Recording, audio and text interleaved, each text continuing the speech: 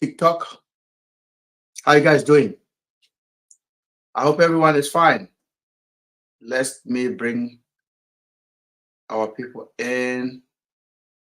So we are open to conversation. So if you are joining, please bring your suggestion, bring your ideas, come and say what you want to say, respect other community members.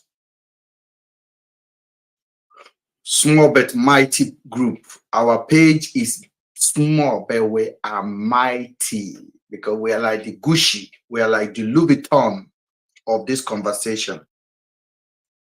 Because we carry the truth and you can't hide it. So for those of them that don't understand, this is our truth. Our truth is this platform where we are going to be engaging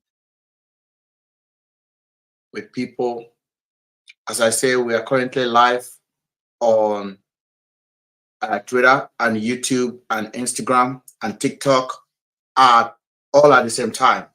Today's topic is it's going to be interesting. The 48 hours that blessing wasted. Why? Why are we forgetting the most vital people that is linked to this case? Also, we are going to be discussing the part Harrison has played, how he come in, and why he's an important part of this conversation as well. It is very important that if you are joining, please make your contribution, respect other house members. We don't judge people here, we ask questions. That's what we've been doing. My voice is getting better, so let's see how it goes. The first thing I want us to review this night is I want us to review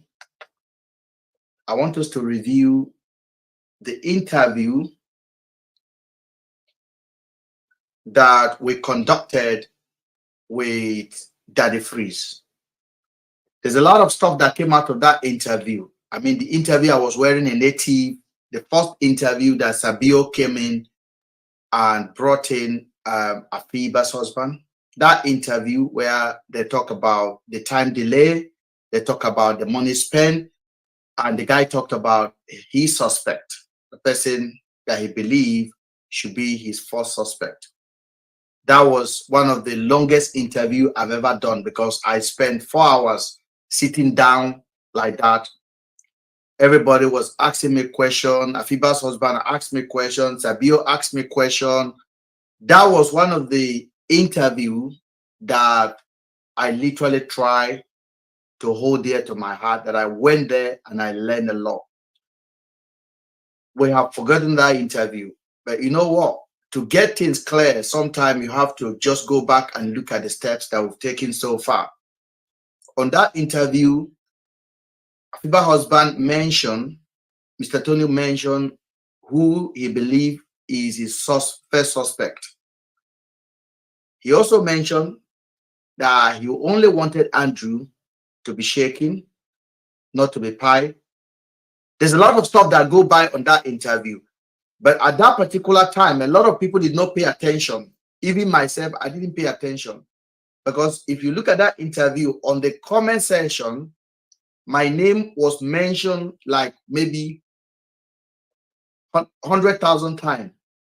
There's no comment that go by without my name. I couldn't even look at the comment. I was scared to look at the comment. At one particular time, I asked Afiba's husband a question. The comment were like, Ben, shut up, shut up, shut up. I was just hearing it. It was just too much for me. And I had to tell Daddy Freeze to turn the comment off on that day. I spent 4 hours there. I joined Daddy Freeze at about 4 something. I did not leave that stage until about almost 8, 9. It was almost 4 hours long. I was the longest. So I had nothing to hide. I wanted to help. I wanted the conversation to be longer. But I was attacked from day one. It's not about me tonight. It's about one important thing that we need to talk about. What comes out of people's mouth. what comes out of your mouth. Hold it against me, I can hold it against them. So today I'll be playing the video, and there are keywords that I want us to pick out from this video. Keywords, because we have forgotten Blessing and Mr. Darlington, the boyfriend. What part did they play? When did Harrison come in? Who recommended Harrison to the family of Celine? Who made the phone call to him? Who got him in? And this is a message to the family of Afiba, to the family of Celine. How did Harrison come in? I know Harrison might try to reach out to you guys to tell you, don't tell Mr. Ben how I came in. That is a very important part of my investigation. I am challenging you guys to let me know who recommended Harrison to you guys. Did you guys know Harrison before this case? Who tell you first to contact Harrison? Remember, every information matters. Who is Darlington? Why Blessing wasted 48 hours? We're going to hear that from this very particular interview. I have said too much on this platform that if we come here now, we can use what we've said in the past and we can deliberate on it, what other people have said, the interview. So we'll get a hard copy of the interview and I'll be playing it to you guys today. I want you to pay close attention. Ask me to stop. Let's deliberate on it. Let's talk about it. It is very, very important. Because during this interview, it will get clear to you, very clear to you, what we are looking at. It will get clear to you what we are looking at. As I made it clear before, I agreed I'm a suspect. Come and arrest me. I also agreed I'm ready to be interviewed. Give me the date. Give me the time. But it's not going to be in Nigeria. Me, I am not coming to Nigeria when Nigerian police have not even interviewed people in Nigeria. I told you they are not serious. They are not serious. There is no case that long like this. What they are trying to do is to drag their leg and tire everyone out of it. But God will give us strength. God will give us strength. We will not be tired. We will not be worried. Our strength will be renewed. When I woke up this morning, I thought I would be calling the ambulance to go to the hospital. I got up, I took my shower, I opened my phone, and I got more than 6 messages from people that watched us yesterday and saw how my head was going, how my voice was going, my eye socket was going in. I went into the bathroom, I picked up my toothpaste, and I spoke to God. And I have this deep connection, and the voice is always coming. You can do it, don't give up. Brush my teeth, I pick my clipper, I shave my hair, I change my day. And I went to spend a quality time with my loved one. Quality time, I mean. I went to the shop, buy stuff that I need, do my business, and I'm happy. And during the course of that time, my strength got renewed, my faith got stronger. There's one sister that I know a long time ago. She found me on Instagram, or is that thank you.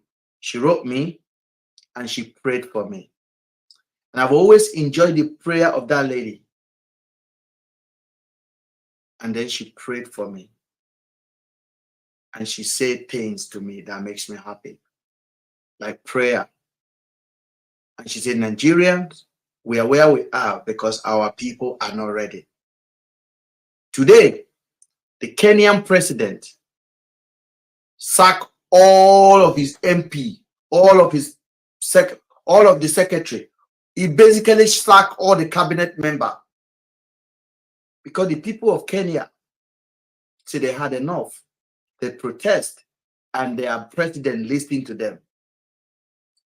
Meanwhile, in Nigeria, our youth, our social media is insult, is abuse, is loss of priorities. It's loss of priorities. Everybody is coming there to tell you how they can insult more people than the other person on the comment section. And they're the one feeling the heat of what is happening. They're the one. They worship their oppressor. I came out to speak, to tell Nigerians things did not go well here.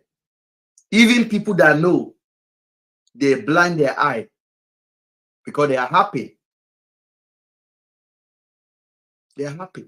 They click likes where somebody is trying to silence your voice, another person's voice.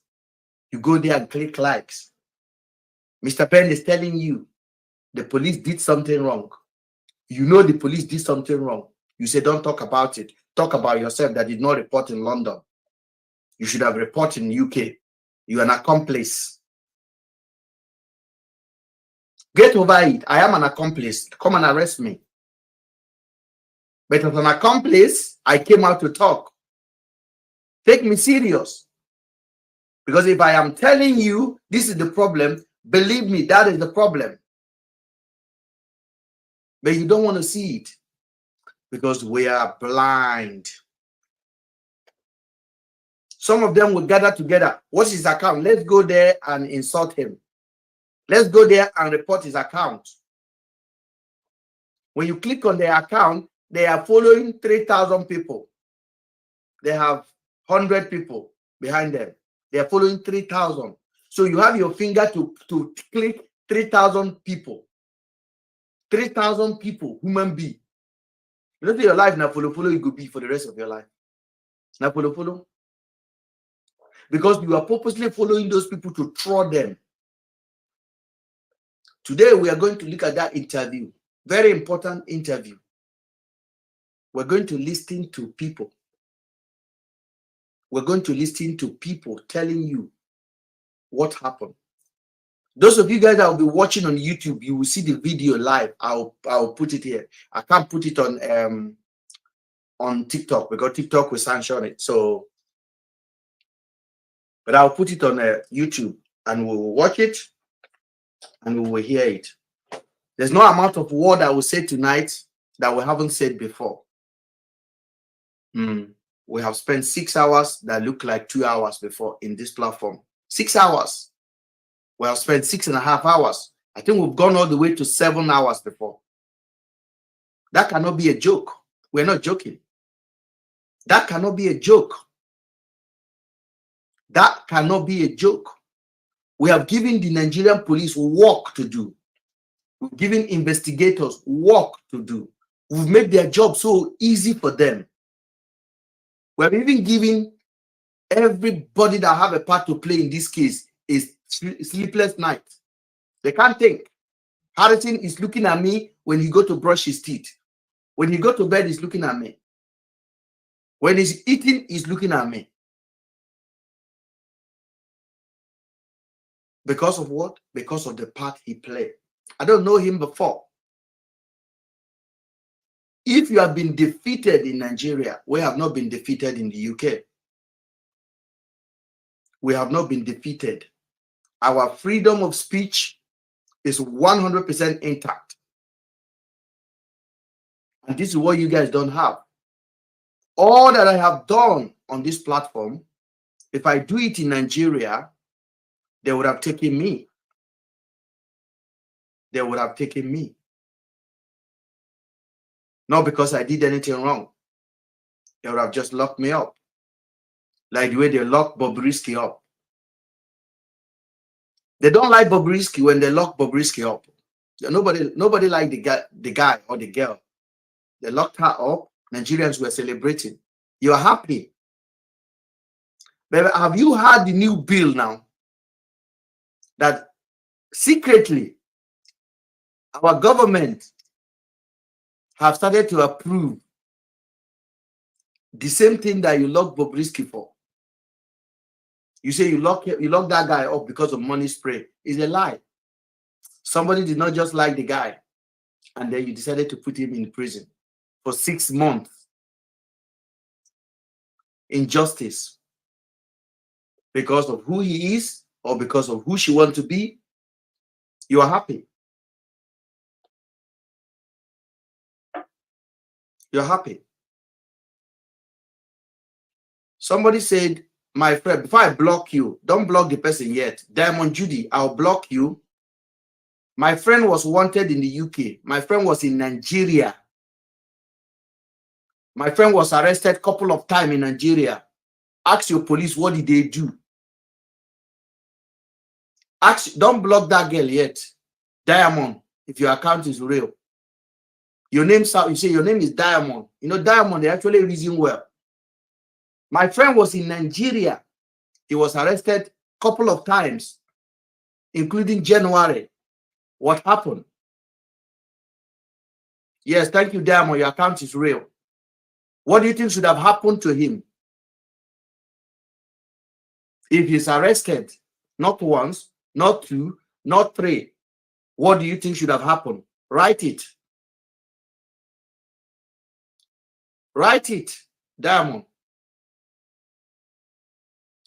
If you want to be educated, go and watch my videos. If you don't want to be educated, make one more silly comment. We'll send you back to Sabio. Go and listen to rubbish. Now, ladies and gentlemen, I'm going to play the video for you guys.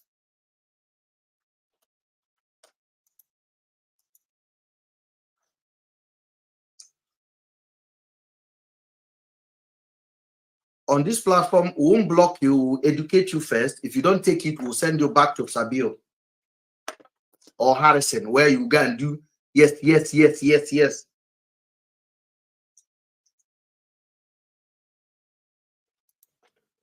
So you will be hearing the voice in a second.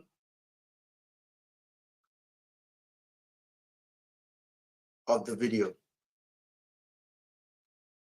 I'll be borrowing it from Daddy Freeze. Copyright is because I am on the video. So when I'm on the video, I have a right to rebroadcast it.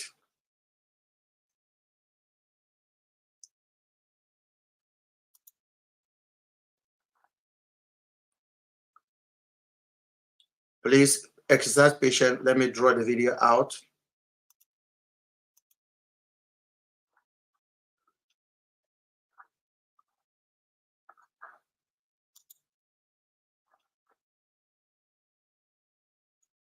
It is a video that once you finish watching it, if you open your mind, you will have no question in your mind anymore who need to answer questions over this and what game they are playing at. You will get to know it. I think that video is right here because I've just watched it now. I even have it on my phone, but I don't want to cast it. I want to basically take it away from him and then play it out.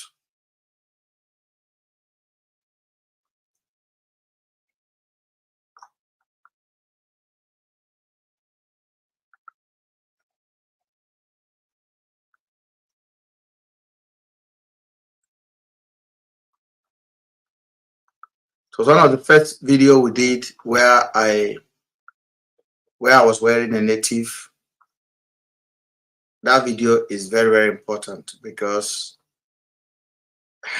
when they say the devil is in the detail, that video will basically tell you the devil is indeed in the detail. So hold on, guys. Let me just hold on, guys.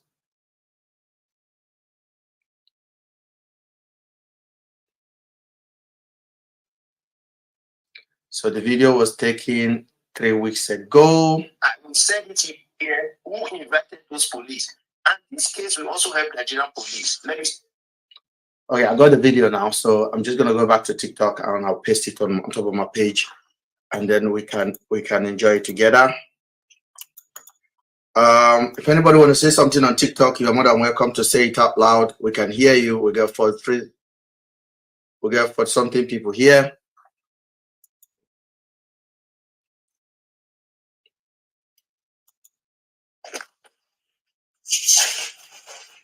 Hello. Hello.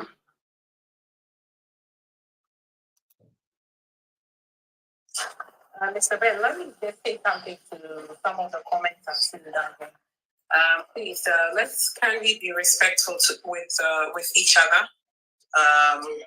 It's not necessary for us to be bantering each other in the comment section. We are here for serious business. Therefore, I plead on every party involved to please, let's be respectful, please. Thank you for that. Okay. All right. I think I got the video here now. Okay.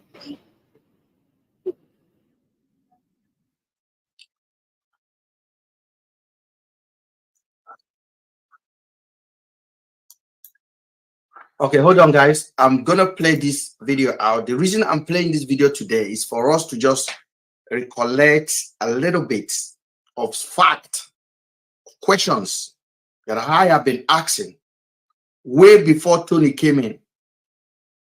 And that question is, what happened? Why the 48 hours delay?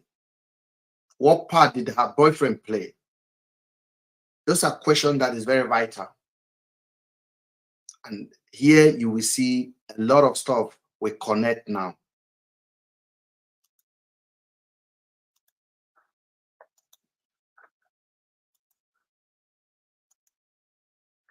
All right, I will play it now, guys. Thanks. Okay. We made it, no, we made a direct order. We ordered the police. There was nothing that needed to be like a thought process or something. We ordered the police to go to this house, and they said they wanted money, and we never delayed on that. The money was transferred in 10 minutes. And I was in direct contact with these police people, and one of them is Commander Oracle. I'm saying his name online, Commander Oracle. That guy told me that he's taking care of the case, and that it could be that my wife kidnapped herself, and he was saying a whole lot of stories. What I said is, this money is for you guys to go to his house, arrest him, and question him. There's nothing wrong about that. We didn't tell you to go and kill him. We didn't tell you to go and put him in jail. Nothing. Just go and ask him, where are the ladies? And when he proves that he's not a suspect, then release him. We don't hate no one, but we need to question everyone in this. And so Oracle went with Celine's sister, and she saw Andrew's car in his yard, and she said, let's enter this house. And the police searched everywhere around the house except that house. So they knew what that Andrew was up to, or what he was doing before. And then they told her that they will come in the same day, but around 3 a.m.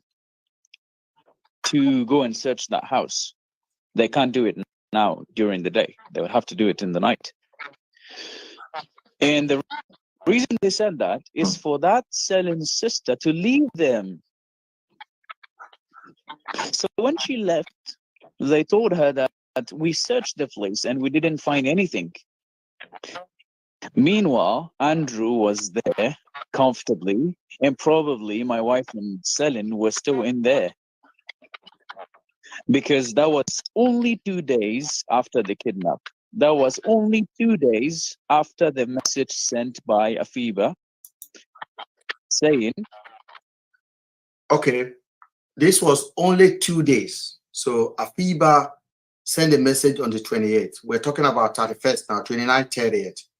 Okay, 29th, 30th. That was only 2 days. At this point, Blessing was already in Abuja. Immediately, Tony got a message. Tony reached out to Celine's sister, and they started to arrange for officer to go there. This was not as a result of Blessing litigating for the officers. Let us listen. Kidnapped by Andrew and sending her location. So in no country on the planet, you tell someone to do something, you give them the location itself, and they tell you we didn't find anything. I'm showing you the suspect. I'm showing you the criminal. What is it? It's literally 10 minutes away from their station. Andrew's house is 10 or 15 minutes away from the station. I'm telling you, go and arrest him. You lie to me, you take money from me, you keep taking money from me and from other people, and you don't do anything about it. This is complete BS. I don't know what word I can describe this, but this is, I don't think it would happen in any country on the planet. I don't think it would happen anywhere. And we had contacts, and we started making kind of like inquiries. We want to send a squad to take care of this case because the Umayya and Aba people are not doing what they have to do. And what happened is we send a squad, and the squad takes a week, and they don't report back to us. I don't know what's the reason. And then I tell the guy that Now, he's saying they wanted, after the Umayya people or the Aba people refused to take appropriate action to take Andrew, they wanted to send a squad that will now go and take Andrew. He will tell you who he arranged with so that they can arrange that squad now. Just listen, guys. I mentioned the name to you. This is what is at hand. Your girlfriend was supposed to be at the station. She needs to be questioned. She left Port Harcourt to Abuja. She fled. The day they asked her to question her, she fled. I mean, and she has reason. Maybe she was thinking that she. So the police in Aba called for Blessing to be questioned. Okay, they wanted to ask, what happened? Tell us, give us the story. How did you get the text message? Let us look at your phone. But Blessing was nowhere to be found. Tell us. The police in Aba want to question Blessing because the first report come from her. But Blessing was nowhere to be found. She's gone to Abuja. Her two friends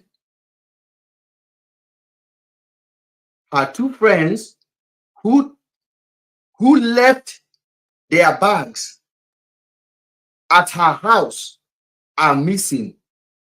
The police want to ask her a question. She's nowhere to be found. Afiba's husband and the family from Ghana reacted instantly when they received the message, even after so much delay. They were still able to arrange police to even make an attempt to visit that property within 2 days that they received the message. But Blessing, who received the message, is chilling in Abuja. I don't know how anybody can even wrap their head around that. But I want you to keep listening. Because now The man is now on the phone with Blessing.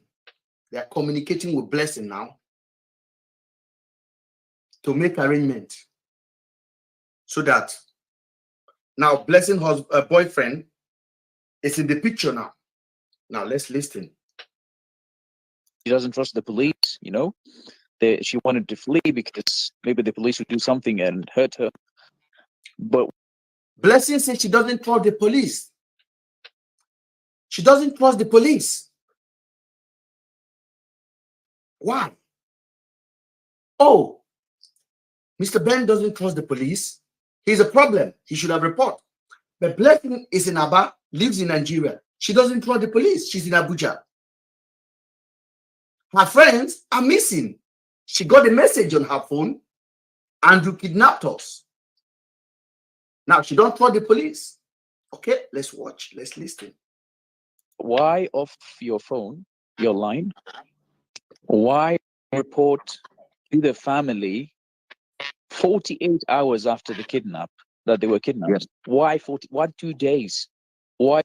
She off her phone after she received the message.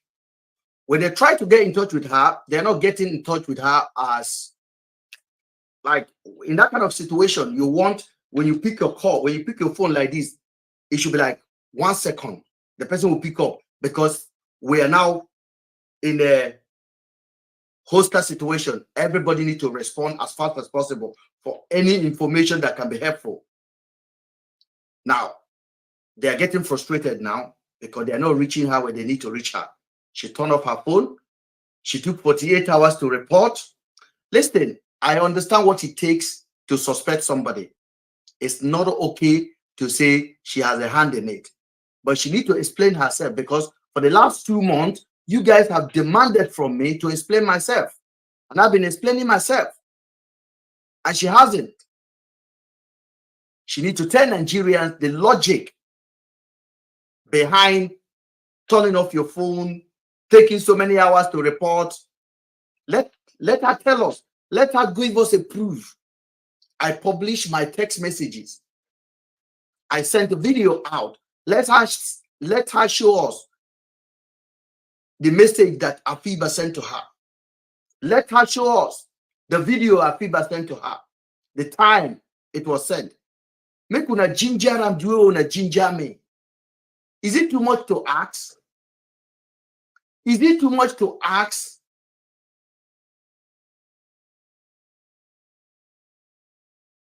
Hey, let's go.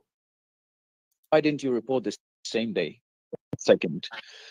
And so yeah, you just fled. Okay, you were in danger, and the boyfriend starts calling me and asking me for giving him the account or the people that we sent the 2 million naira to, which is the previous squad.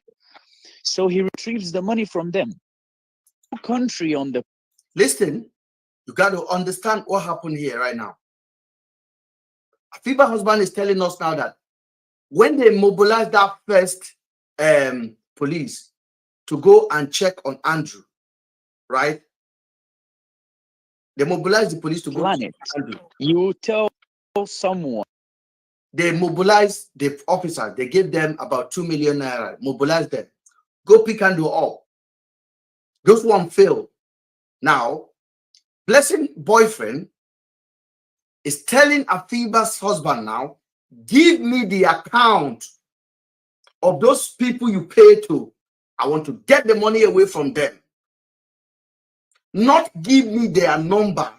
Let me order them to go and extract Andrew from that house and do the needed. But no. He said, give me the account number you sent money to. Let me retrieve that money from them. The boyfriend of Blessing is speaking. This is not coming from me. This is coming from the victim's husband. Please. Because if we are doing yaga, people will not pay attention to know what is actually going on here. And we will. Because this is why we are called smart team. Smart team. house full of people with brain, critical thinkers, leaders, opinion makers. This is what we are. We ask questions. We don't just jump on internet and do, hey, this one, let's lynch. It's a question we're asking, detail by detail. It's a common sense question. Let's go.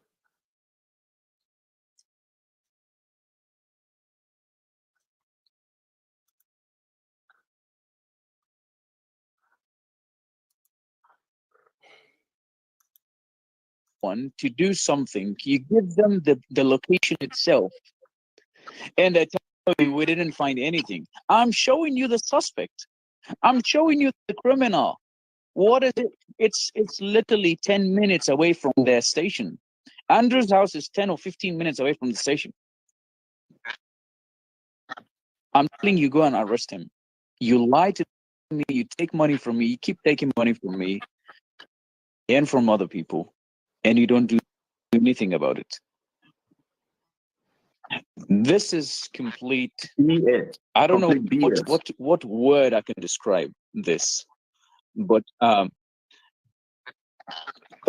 this is, I don't think it would happen in any country on the planet. I don't think it would happen anywhere. So those of you on YouTube, I want you to watch my body language, please. Because that day, when I read the comment, everybody just keep telling me I look guilty. I wasn't. I was shocked. I was shocked to be hearing this from him. That was the first time I have a contact with him. I was like this. I couldn't. I was basically lost of words. Now, put yourself in this guy's situation right now. Now you are feeling ripped off. You are feeling at the same time ignored by authority. It has to take a man in Dubai to start sending money for police to go knock the door of a suspect that they believe may have or have kidnapped a human being. Now, you see that some of you guys, we are not operating on the same angle. The same angle. We don't. You see where our thinking, those of us in diaspora that are observing this situation, you see where we are thinking, because this is literally impossible. Immediately somebody is taken hostage in this country, it becomes the state responsibility. It becomes the government responsibility. Nobody, no individual can do anything about it. It is the government. They will not charge the family 1 penny.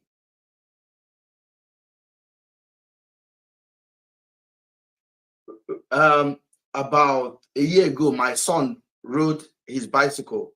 I bought him this mountain bike, very expensive mountain bike. So he rode the bicycle to one shop range, and then he parked his bicycle. He actually locked it, and then somebody stole the bicycle. He called me immediately that somebody had stolen his bicycle. Boom! I ran down there. I couldn't find the bike. Couldn't find the person. Then we went inside the shops. They opened the CCTV quickly, and we can see when the guy picked the bike. So they were walking away. What we did was I would call the police for it. Do you know the police drive around the whole area immediately for a bike?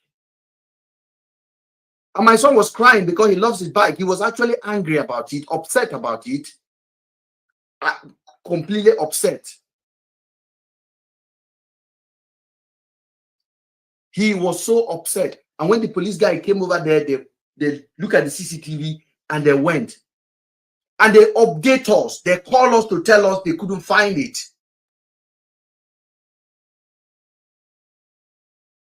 They call us to tell us a bicycle, a bike.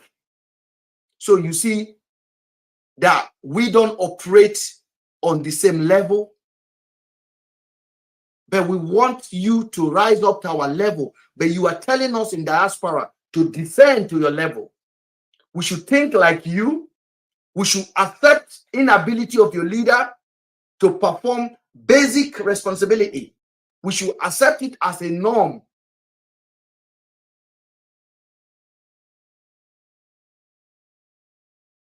It's not connecting.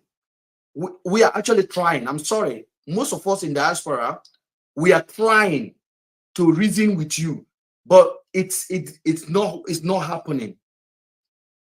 We can't come to that level. Two people are missing. The whole system is basically failing them.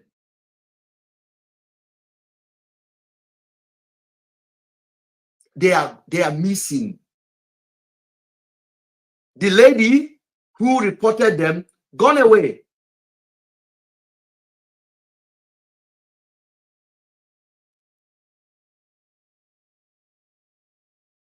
The lady gone away. Come and play your CCTV. Come and play. Come and give us your phone. Nothing. Come, let us interview you. Let us the text message that was sent to you. Show us. No. If you are the one, if it is your daughter that went to visit her friend and your daughter is missing, and her friend who she went to visit is also jackpot and run away, not cooperating, who is your first suspect? As a matter of fact, before you suspect the person they say, you will be suspecting her friend that she has a hand in it. That's what you will do. That's exactly what you will do. Why is Janet running away? Why is Janet not communicating with us? Jenny, you went to the club with my daughter. Why are you not telling us what happened? What happened, Janet? Are you okay? You'll be shaking your head, even though you know that Janet and your daughter are best of friends. Now you begin to worry yourself now, like, maybe something happened. Maybe Jenny did something to my daughter. If not, why can't Jenny come out clear and tell us what happened to my daughter in the club? Now, Blessing is nowhere to be found. She ran to Abuja. But listen.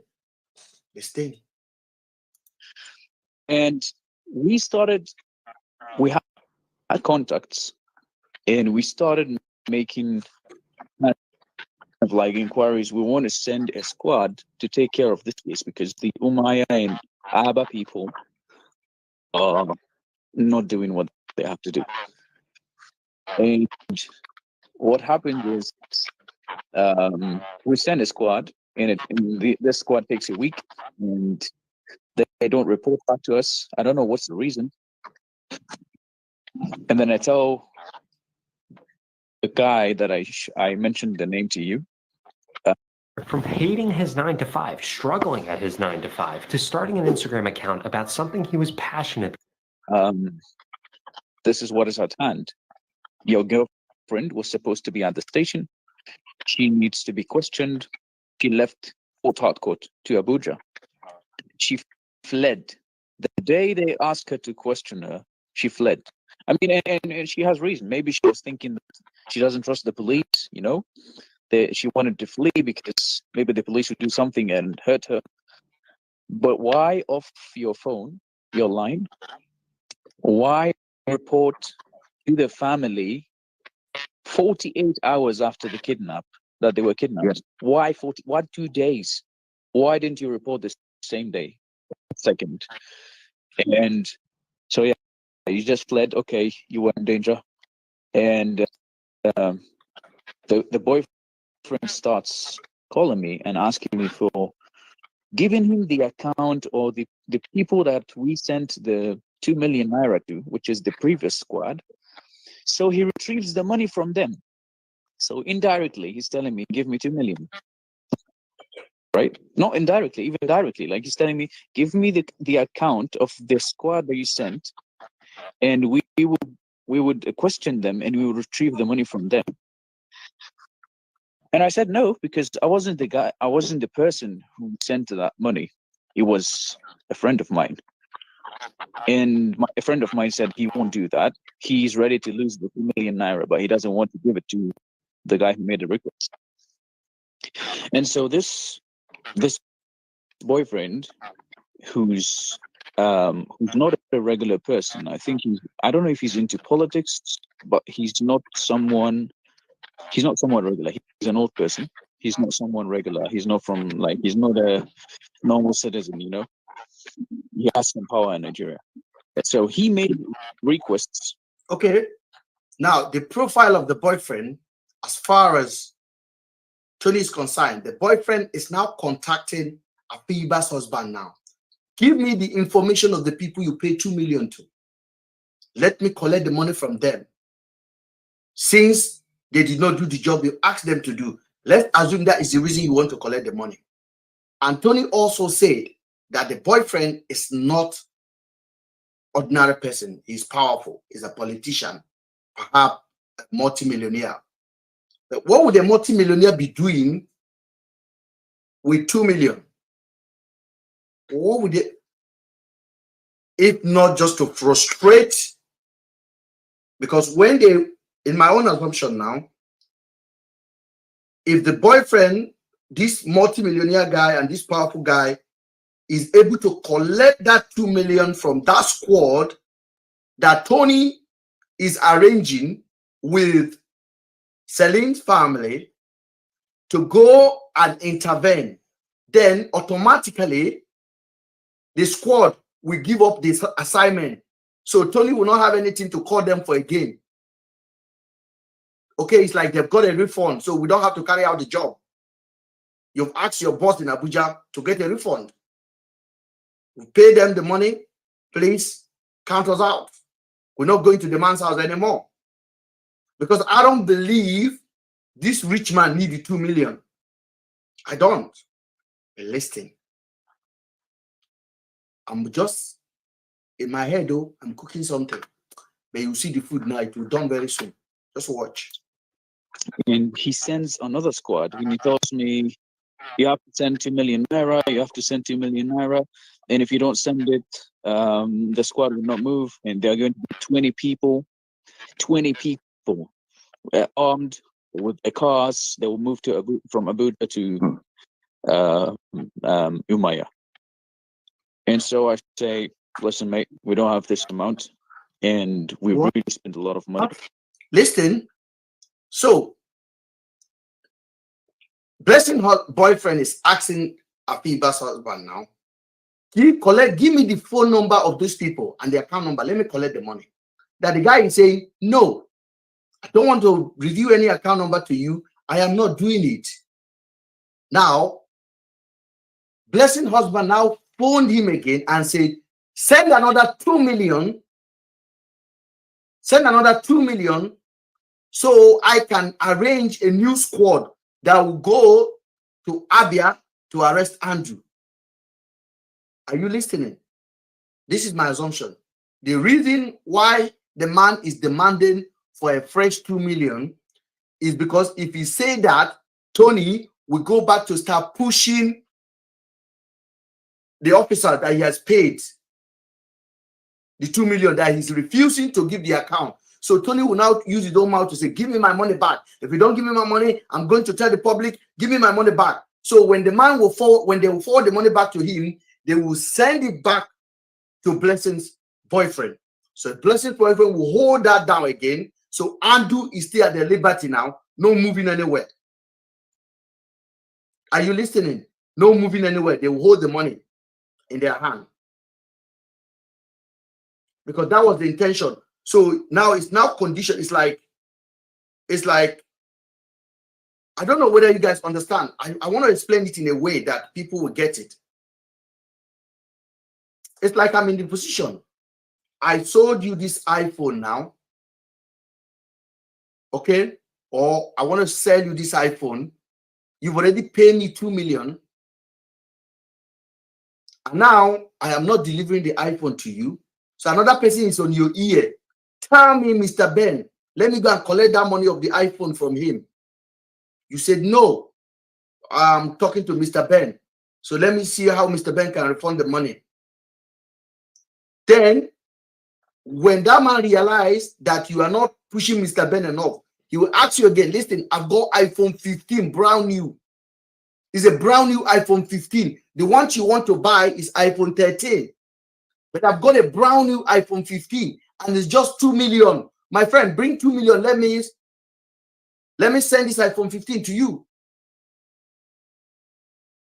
Now, you are now being forced now to start contacting me now. Mr. Ben, give me my money. Give me my money, man. Give me my money. Because you are now eager to go and pay for the new iPhone that you've been promised, which is upgrade of the one you wanted to buy. And it's being sold for 2 million.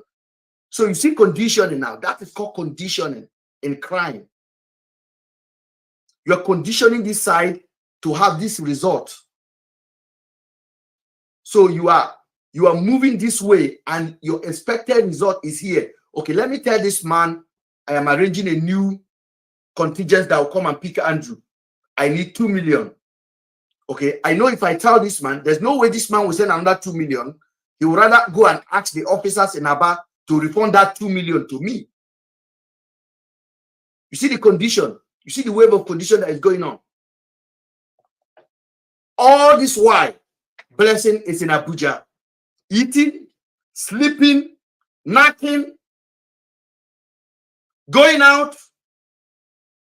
Her friends are meeting. Mr. Ben, the accomplice, was not even aware of all this. Mr. Ben have no clue.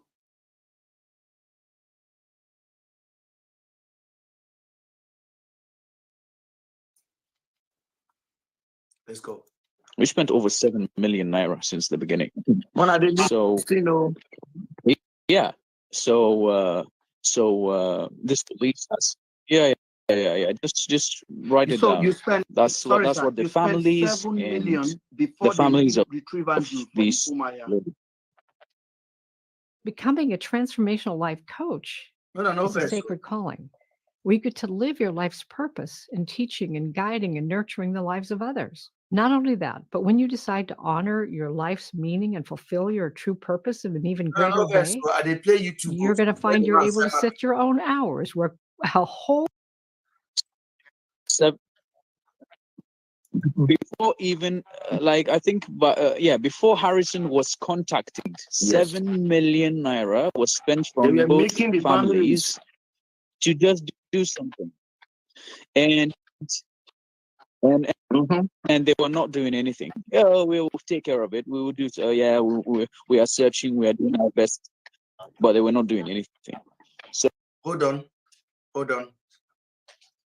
They said they spent 7 million before Harrison was even contacted.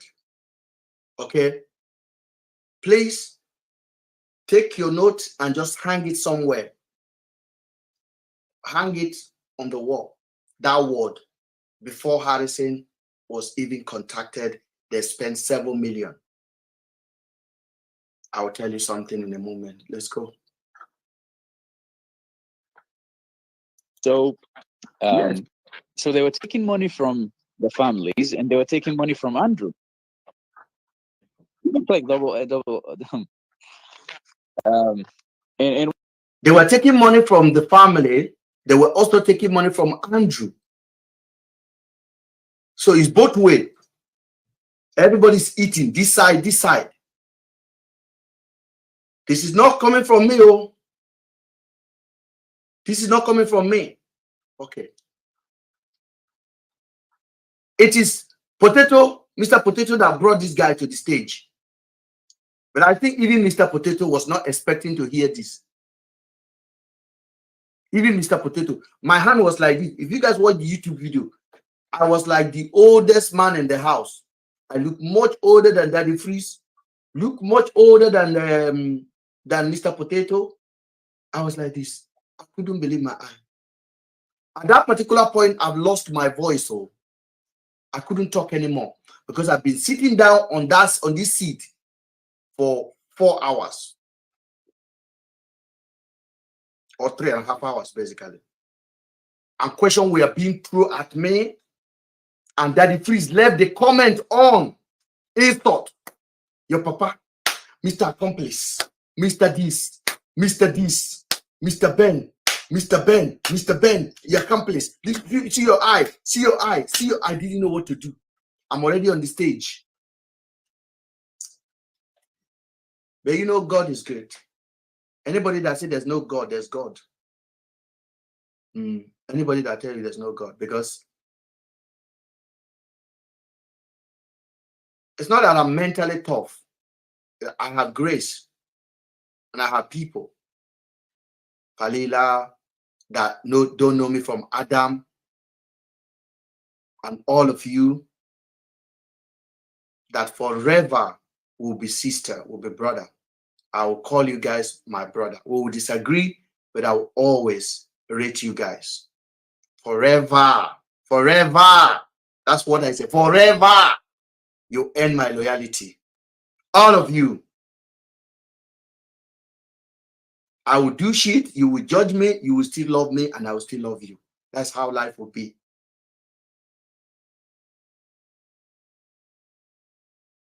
I will come out of life like this. I will be weak. I can't even eat. I can't put water in my mouth. I can't look at comments. Hey! Phone call from here. Left, right. How is it even possible? How did I cope to today? I don't understand. When it happened, I will send my horrible picture tomorrow. I was weighing 94 kg. Every time I come to work here, I have my scale there. I stand on it. I was weighing 94 kg. Today, I'm on 88.5. 88.5. So I have lost.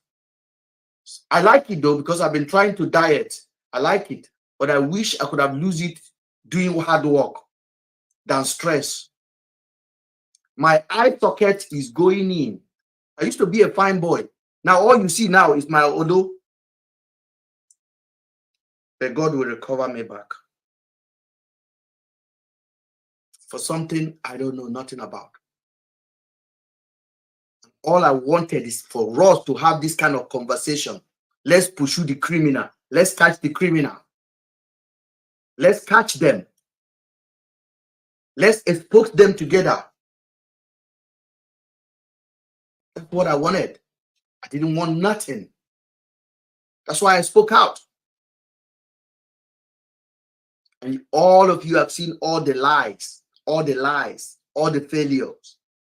The only thing that you have not seen is that they have not even come out to apologize for involving my name. But I will keep the apology somewhere.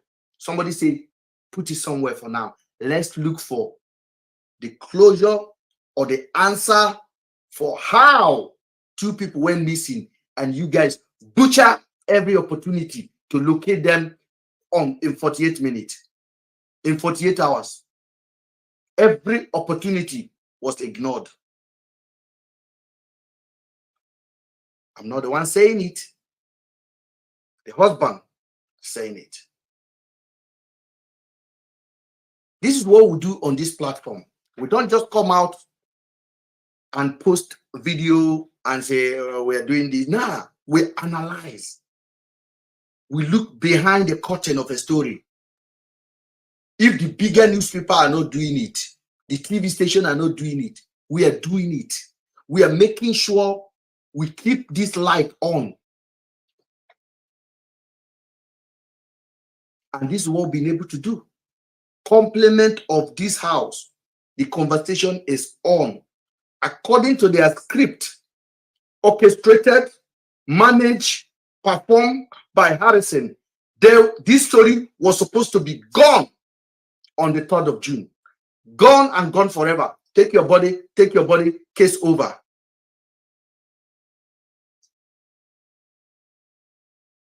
And whoever is in charge of these girls can now use them for what they want to use them for. I don't know what they were, what intention they have. Do you even understand that some people are saying rest in peace to them? if God is God,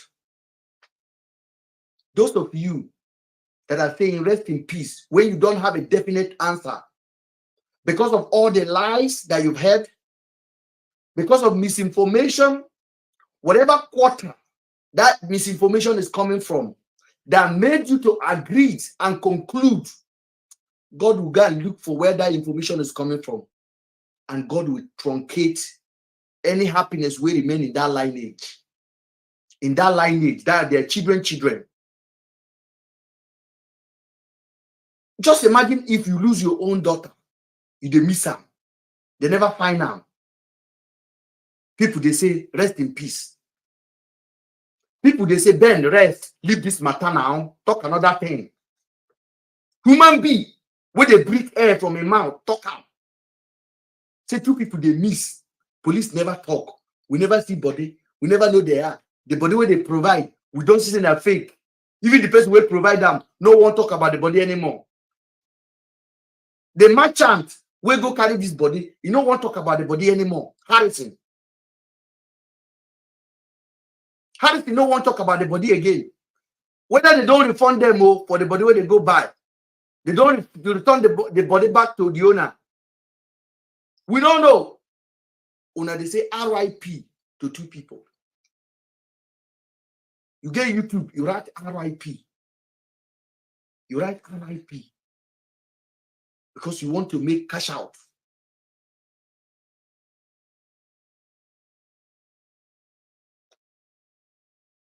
You want to cash out.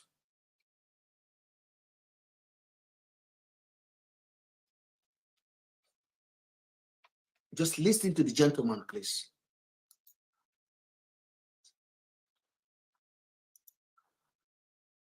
What happens is this guy asked me for 2 million, and I said, "Listen, mate, we don't have money at the moment. You have to wait for some time." And then he says he's going to make the payment. So he claims that he made a payment of 2 million, which I doubt, because the people who escorted Andrew were only 3 guys or 2 guys, right? You said 20 people. And he was saying that this 2 million will cover their hotel, their fuel, their food, and all that stuff. And I sent a message on WhatsApp saying, I'm not paying for a staycation or vacation for these people. That's their job. If this is the system in Nigeria and it happens to be that I have to pay them their fuel, I would be happy to support them and pay their fuel. But I'm not going to pay them their hotel, neither. So, Blessing and this her powerful husband or boyfriend have not traveled to Aba. They are telling Tony now, oh my, they are telling Tony now, so we are going to send 20 more officers, 20 to come and carry Andrew from Umaya. Give me 2 million. The guy said, I don't have the money. So if you don't have the money, don't worry, I'll cover it. I will cover it. And this 2 million is going to be for their hotel, their eating, and their fuel. So, Blessing boyfriend is aware that when those officers arrived in Umaya, they were not to go by road. They were going to be walking and be sleeping in the hotel and be eating in the hotel, just as it happened.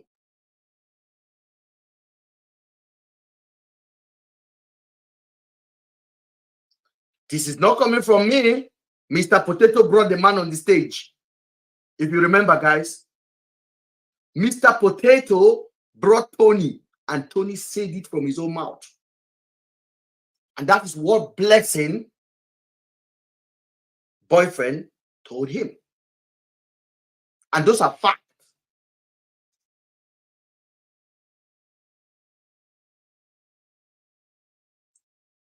We are now in possession of some evidence to inform you that Blessing boyfriend, Blessing and Harrison know each other way before. I now have evidence And that is why I asked yesterday that Celine family, Afiba's family, should tell us the truth. How did Harrison comes in? When did he come in? Who first of all told them to contact Harrison? Who whispered to them? Where did they see it online? You know, when you apply for a job, they'll ask you, where did you see the advert from? You will say, I saw the ad online, or I saw that on Gumtree, I saw it on Indeed, I saw this here, a friend referred me. You know the reason why those statistics are very normal in employment agency or when you ask for job. It helped them to understand where the information comes from, so that the next time they need to hire people, they can place their ad on that channel.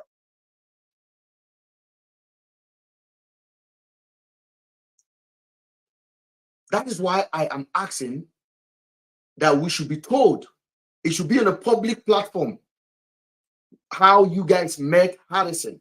Because as I told you guys again, and I will repeat myself again over and over again, Harrison, Darlington, Blessing, they are like this. Now they have Mr. Potato, which I've always suspect. I don't really care about Mr. Potato, because that one no get sense. Okay, Potato don't really, Mr. Potato no really makes, you know, they make sense. Even when Mr. Potato listens to himself, I think he go back to cry. He's doing a wrong job. So I'm not bothered about him. But Blessing, Harrison, Darlington, they know each other. With facts, with evidence.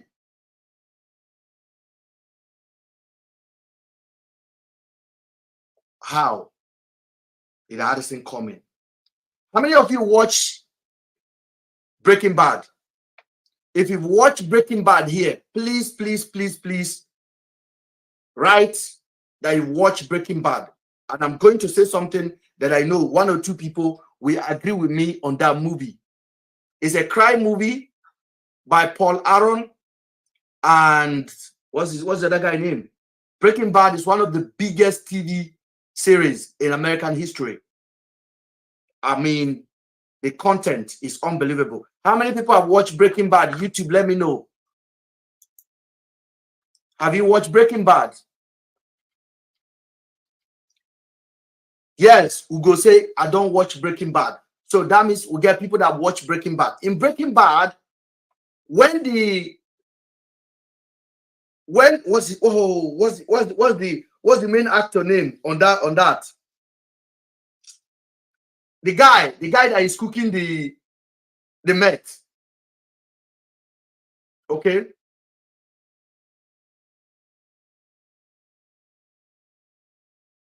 When he want to hide his money, the laundryman they call. When he want to change his identity, the laundryman they call. Harrison is the laundryman.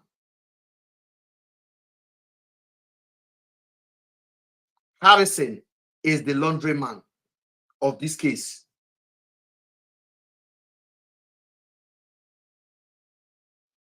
Harrison is the laundryman of this case. Hey, Harrison don't come forget, say, when he packed those laundry, put them inside machine, there was coins that could spoil the machine.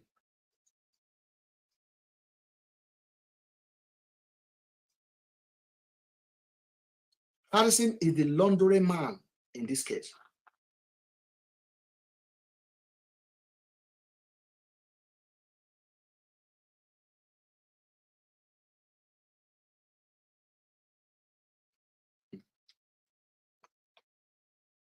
It was Better Call Saul. Better Call Saul was the one that recommended the laundry man to them. The lawyer. The I want to be lawyer in that movie.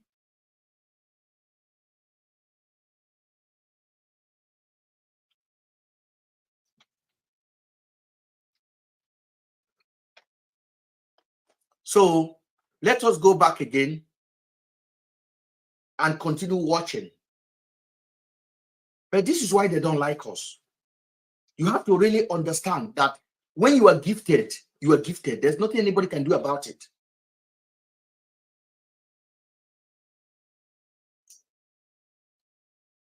When you are gifted, you are gifted. I am looking at this case. I'm not looking at this in a selfish way. I'm looking at it in an open manner, open form. A lot of you guys ask me a question. Why did Andrew trust you? Why you guys have a relationship like that? Because I'm a boss in my field. For over the years, this guy has seen the quality of a human being that I am. Up close. The guy has seen that this man is full of fairness. And this is why he said, make sure the GUN they give to me, make sure you highlight it. This one, make sure you highlight it. Make sure you talk about this. Like the guy was sending me a message before he goes. And I challenge him. I ask him, what happened to the girls? Or you think somebody that trusted you like that, if he had done it, I think he'll be rolling his grave now. Like, why are they telling, why are they asking Ben about it? I never told him. He never told me. If he told me he did it, I would have told you guys. He said I didn't. For 15 days, the police hold him. He told the police he didn't. Then the police hold him for 5 days before they pie him. Those are the police that saw him last. Let them ask them, what was the discussion they were having in the hotel room all over? What is his countenance? How does he feel? Do you feel he's guilty? You spend time with him, his last minute of his life, you are with him. Tell us, how is his behavior? Is there any loose word that come out of him? What do you think is his problem? They spend time. In short, the police in Umuahia did not spend enough time with Andrew the way the 4 officers that came to pick Andrew spent with him. Because they were sleeping in the hotel, they were together 24/7, they were talking, they were eating food together. So those officers should give Nigerians the content of Andrew's heart, looking at Andrew like this face to face, interacting with him. Body language. They have his phone. Because FP Moses told me that in Uyo, they had Andrew's phone. Because they have to print WhatsApp messages from his phone. He told me on the record. Bro, I'm not kidding. SP Moses told me this. That they had Andrew's phone. They were photocopying things in Uyo from his phone. So they have him. So they can check everything. Why are they keeping quiet? Why are they using Harrison to tell his followers to attack Mr. Ben? Because they are looking for somebody to use. Not me, not be me. I don't lose my mama. I don't lose my papa. They are in heaven. Then they watch me. Nobody will try me. Nobody will try me. Oh. Nobody. You can't. Ask questions from those officers. What do they discuss? What kind of business do they do? Now they move from one state to the other. What do they do? Make una tell Nigerians. Mr. Potato is asking me, the only person that knows the truth, that can tell us what happened is Mr. Ben. That Mr. Ben, he was holding camera like this when Andrew was knocking his girl. Kemi, just to warn you, that guy is very, very tricky. Kemi was like, idiot, I've just had an interview with this guy for 3 hours. It looked like 2 hours, 1 hour for us. I was just sitting down on the same live with this guy that Kemi did not yawn once through my interview. How many of you watched that interview? How many of you watched that interview? Kemi attention was 100% with me throughout the 3 hours or 3.5 hours. When we check the time, please tell me if you think at any point Kemi lose attention. The only time Kemi stood up when she wanted to get her charger. The only time she stood up, she said, Ben, I want to get my charger, but keep talking. And then she was responding to me. I'm responding to her while she went to get her charger.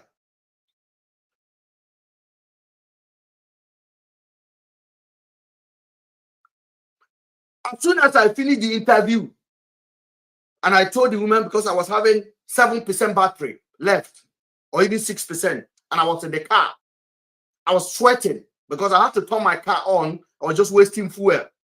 Maybe that's why I sick self, because I wind up and I was using air condition all through. So the vehicle was blowing on my nose a lot. And then I told the lady, I have 7% battery left. I need to go. I was on the road. I was in Watford when I did that interview. As soon as I finished, Mr. Potato jumped in. Tell me. And when Kemi accepted Mr. Potato, Dr. Kemi was basically talking something when she accepted her. When she accepted Potato, Potato came in. Potato said, he started to get angry like a small picking. Kemi, I only have 20 minutes. And Kemi gave it to him. I only have 5 minutes.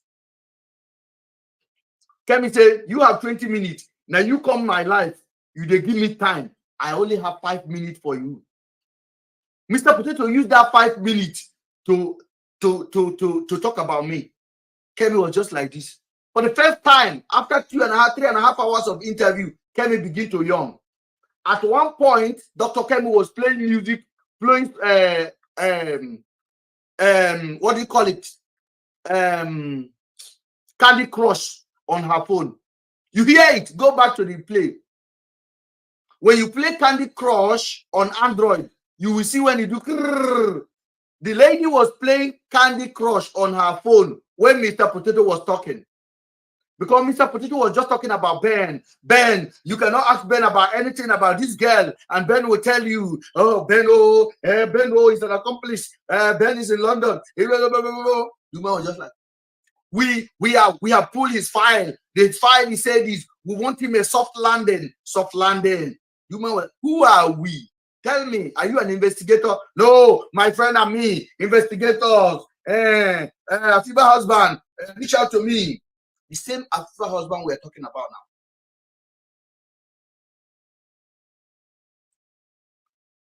The same Afiba husband we're talking about now.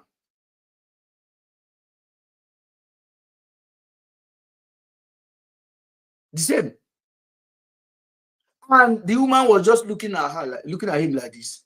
Are you done? Are you done? The woman asked, who is we? We, all of me and my friend. The woman says, sorry, I am going. My Uber is available. I need to catch my Uber now. Bye.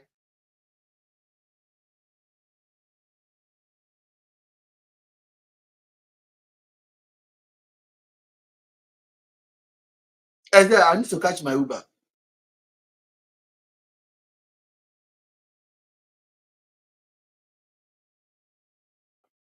Oga, somebody say I should explain, I should be talking in English. Oga, me and you know they here. If you want to speak English, go to Oxford though.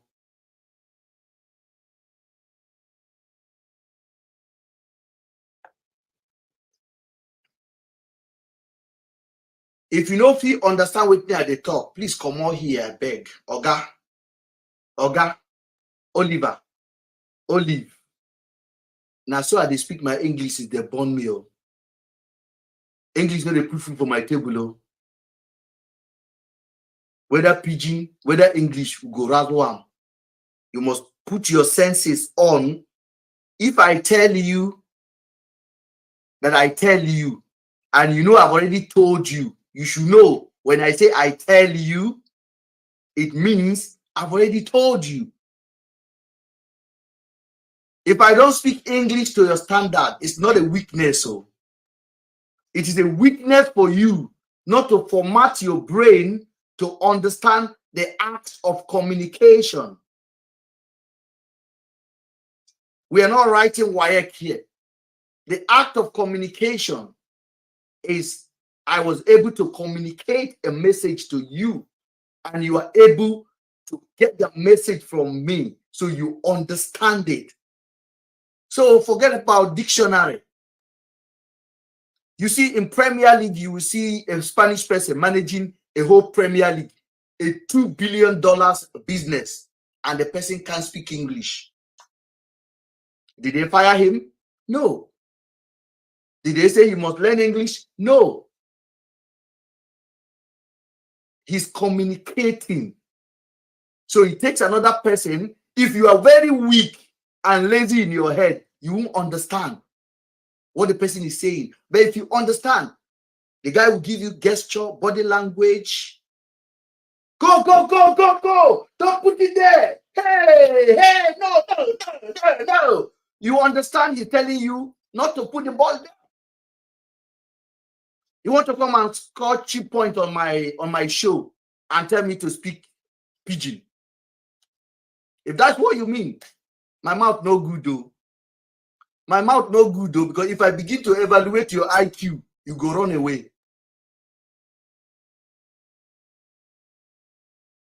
Okay. So I hope you now understand that English or lack of English is never considered a weakness. It's communication that matters. Even the AI. So sometimes I say something that is not in the right sentences, and I try to capture it on the phone for writing. AI already know what you're trying to say, so he made it for you. So I'm sorry, brother. All right, let's go and listen to this. Enough of my personal vendetta. But I told you guys, we'll make this show entertaining and interesting. We're not just going to keep quiet and allow some cheap point to pass through. Their food, neither any of the rest. And so the guy claims that he makes the payment of the 2 million, and the squad moves. 7 days later, I'm not hearing from no one. I'm calling this guy. I'm calling another guy from the police, and I have his name and contact, and no one picks my calls. Oh, we'll call you. We'll call you back. We will call you back. Well, it's only God that knows. So finally, after all the forth and back, the man said, I have paid them the 2 million. The officers will be on their way to come and pick Andrew. But the man refused to communicate with him again for the next 7 days. There was no action. What are they waiting for? What are they waiting for? All this time, Andrew is at Umuahia police station. Now they are waiting for the bigger force to come and pick Andrew up and really ask him a question, because according to this guy now, Umuahia is not really getting details from Andrew. So the guy now said, okay, they are not doing well, so let me send people from Abuja to come and shake him so we can get some fat from his belly. He said, if you can't afford the 2 million, I'll pay for you. I borrowed you this 2 million. I take it, take this 2 million. I paid them already. They will come and take the guy. But 7 days later, no communication, no action. His wife is still missing. Celine is still missing. And Andrew is still in police station. Have you asked yourself, what are they waiting for?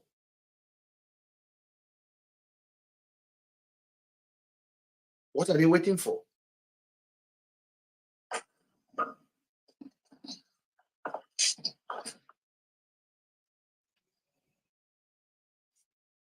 who's involved, who's bad and who's not. And there's a judgment day.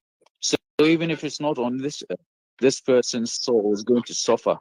Whoever did bad, whoever involved in this, whoever burnt these two families' hearts will suffer.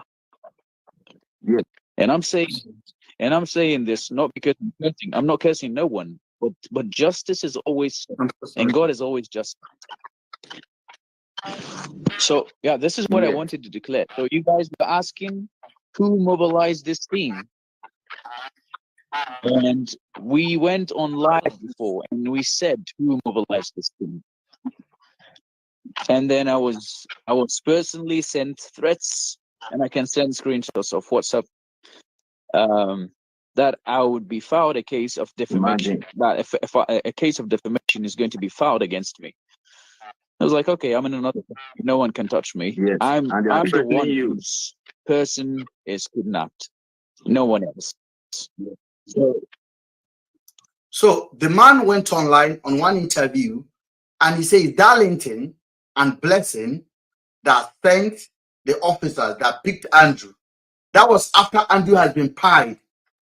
Now he said they're receiving messages of threatening, of lawsuit, of everything.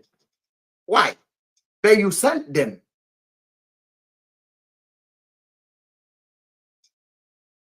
Blessing boyfriend sent the officers. According to this narrative that we're hearing now, or we've heard before, or we pretended we're not hearing it. Barrister, can you say something to this fact, please? Because this is Mr. Ben. Yes, good evening. Good evening, sir. Please, sorry. I've not been too. I feel a little headache. Oh, bless you. That's fine then. You just get some rest. Make sure you rest. I can understand. Falila, say something. Beautiful, say something.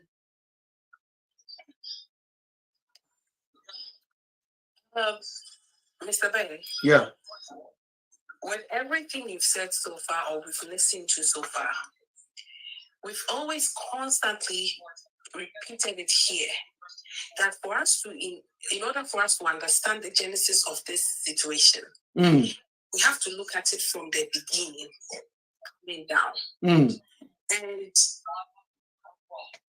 first of all, everything that Blessing, or every role that Blessing has played so far in this situation is questionable.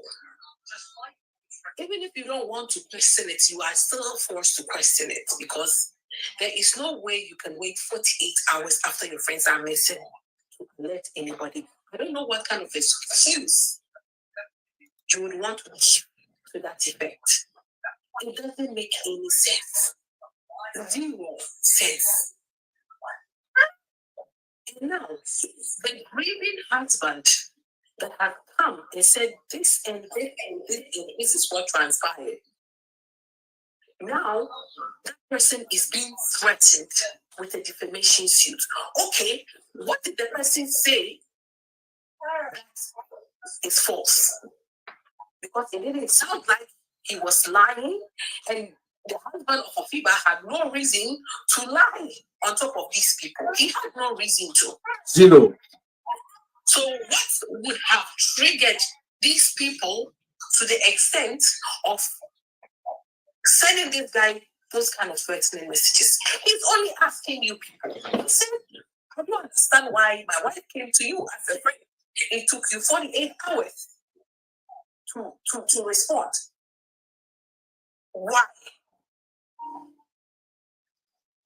Now, your social media accounts, everything has been deactivated. Why? What are you running away from? So we should be looking at the genesis from the beginning. And I still think Blessing is a key player in this situation. And if really proper investigation were being conducted, Blessing should be interviewed more than once. More than once. And mind you again, the lady's suitcases are still in Blessing's house. Probably their passport, probably other documents. Exactly. They are stuck in there. That could be of help to the investigators. Thank you. She being asked to come for questioning and she refused to go. She said she's afraid of the police. Why would she be afraid of the police at that time? Well, let's say we all say the police are, they can rope you into the situation. Maybe she was afraid, but she had a chance.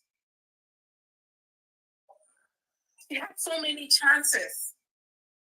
And that gap might have been what affected this case so much that allowed, because listen, it doesn't even have to take 48 hours. 24 hours is even long enough for a lot to happen. 5 hours, 4 hours, 2 hours, anything. Exactly. The very moment you receive that message, every second, vital, matters. Every minute. You have audacity to sit on the plane. And Mr. Potato have told us, Mr. Potato is currently watching. He just made a comment on my page now. You're welcome, Mr. Potato. We can't block you. We're not going to block you. You're more than welcome. You can comment. You can come live and ask questions. You can debate. You can ask questions. We don't care. We want justice. We want fairness. Mr. Potato told the nation that they should be looking to somewhere else instead of all these things that we are talking about.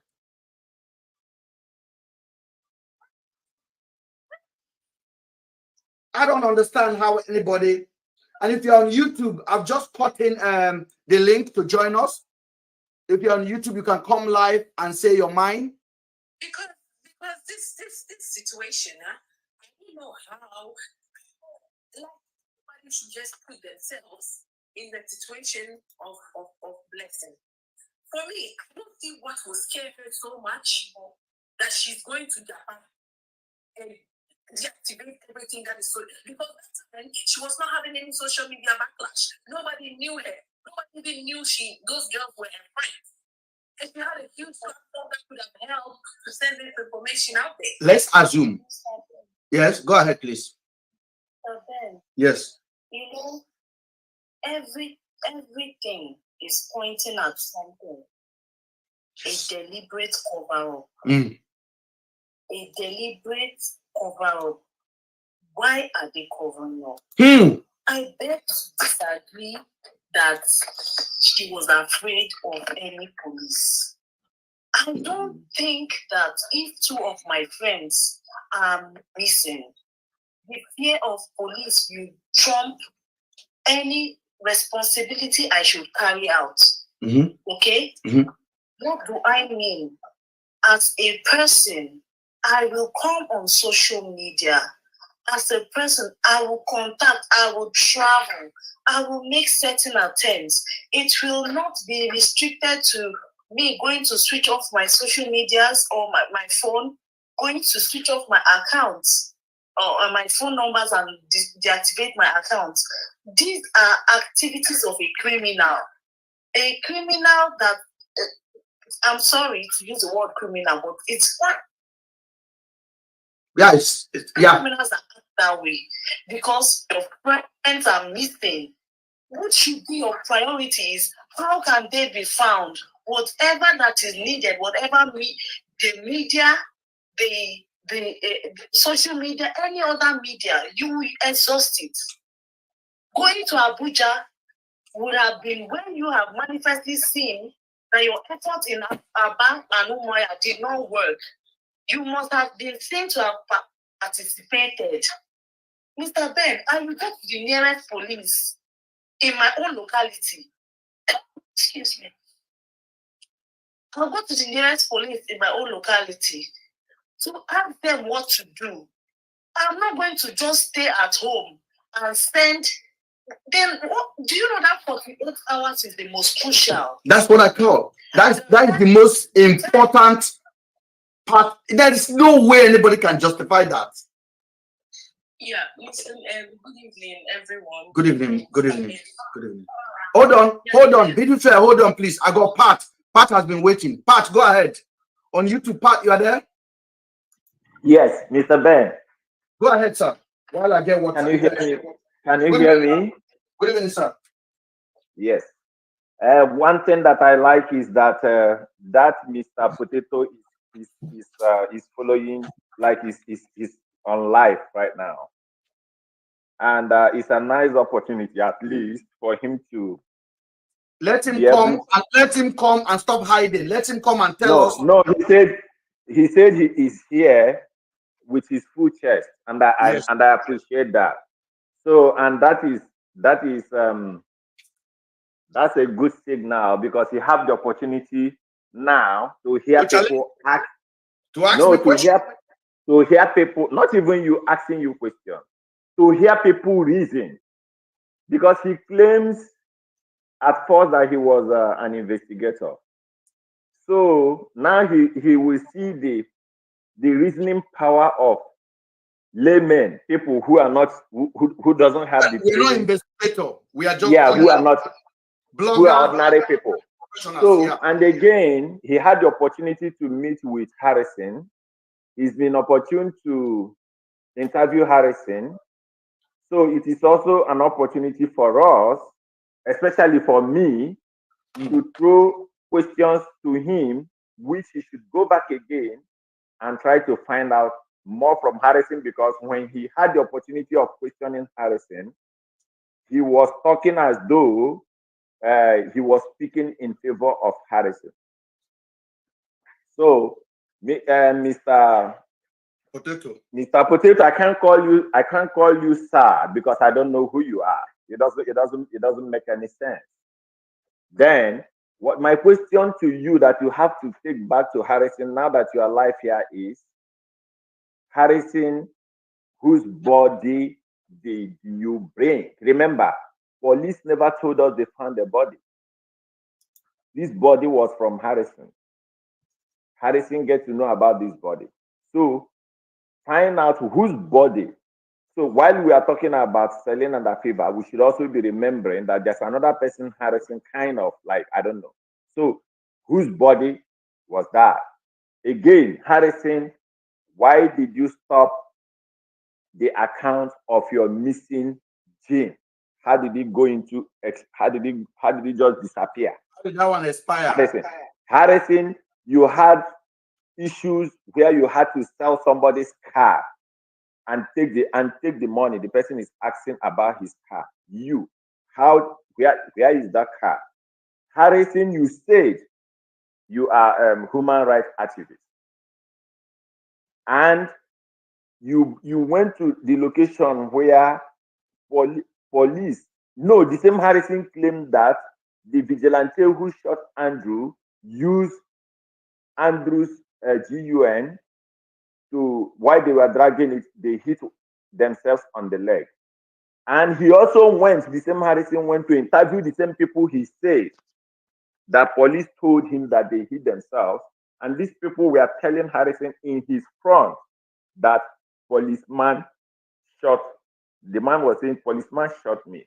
And one of the people who the police contacted, who is a vigilante, who went to the police station to also to give the information that he just got so that the police will be aware. Police arrested him, and these are the people police arrested at the scene of that Andrew spying, leaving the person who had problem with Andrew. Because for Marvelous to say, what name did he use? Was pointing fingers at Andrew and calling him name at that point, it means that Marvelous had something to do with Andrew, which shows that he was looking for a way that Andrew should be fired. And here comes, the Marvelous pointing to the Andrew that yes, he deserves to eye. Police left the man who was wanting somebody to eye that is present there and arresting passerby. At that point, Marvelous showed that there was something. Yes, go ahead. He said the big head, and then he said with his mark. So that means they must have spent time to study Andrew facial, to know Andrew as a mark. The police, because Otele Sabio is here now, Mr. Potato is here, the cameraman is telling you that the police in Umuahia never bring Andrew out of that cell. The police in Umuahia never know that Otele Marvelous was around. Those are facts. Marvelous went to identify Andrew on the morning of the 21st of May. Marvelous and Harrison was in the knowing full time. The communication was open between the transporter of Andrew, Harrison, Marvelous, and whoever ordered Andrew moved. Those are facts. Our platform is not here to play. Pat, are you listening? Yes, I'm here. Those are facts. Yeah. So, Marvelous, look at Andrew, corpse on the ground, and called him a bastard, and called him a big head. Which means, hold on, is to say, let me send a clear message to the world right now. Somebody you've never met before. You called him big head, and you describe his facial mark. And Mr. Potato, who lives in America, a land of justice, a land of free, think it is okay to refer to somebody that has never been convicted in Nigeria. Donald Trump gets 43 convictions. He's running for president now in America. Did he do what they say he did? Probably he did. Did the law find him guilty? No, he's free to go. O.J. Simpson, take 2 people down. Did the O.J. go free? Yes. Why? Because the law says so. You live in that America. You want to be an opinion giver in our country that is already in a mess, where we are looking for brilliant minds to bring ideas, transformation to the youth of our country. How much did they pay you, Mr. Potato, to get involved in this nonsense? Mr. Ben, yes, this goes to show that he has an intention.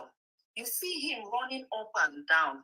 A person that is busy moving up and down like this, what are you looking for? Okay, hold on, Barrister, hold on. Barrister, hold on, please.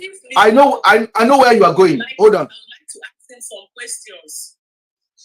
Mr. Potato, come live. Mr. Potato say everybody coming live. He's always threatening. Everybody must show their face. Who are you? You are a fraud. I don't know who you think you are. I basically tell Ben that I can give him a safe landing. Go ahead, Pat. Let me leave Mr. Potato. Mr. Potato, stay on the comment section. If you want to come live, come live with us. No problem. He should be there. But again, for us not to let him to be a distraction, I have just passed some of these messages. Other messages that probably I am sure that he would have had were the questions we were asking Blessing. We've been asking Blessing series of questions. So about Marvelous, like I said, because Mr. Potato said he's in contact with Blessing. Exactly. The laundry man.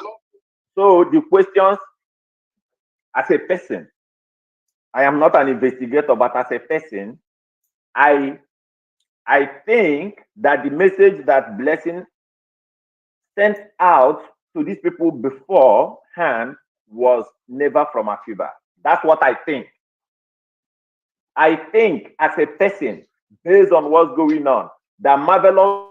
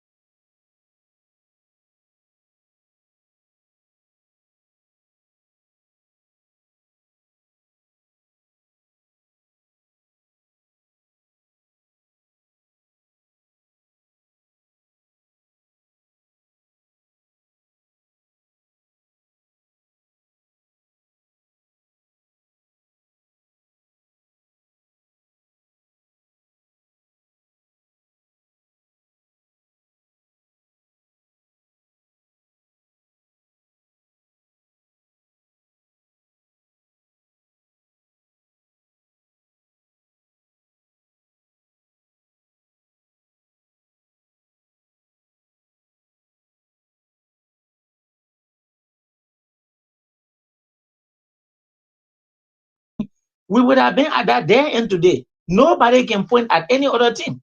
But cameraman, I like to call him that name. I hope you are now offended by it, Mr. Ben. I like to call you by that name. I hope you are now offended by it. Cameraman is the one that has been coming to tell, oh, this is wrong. That is wrong. Oh, this that happening is right.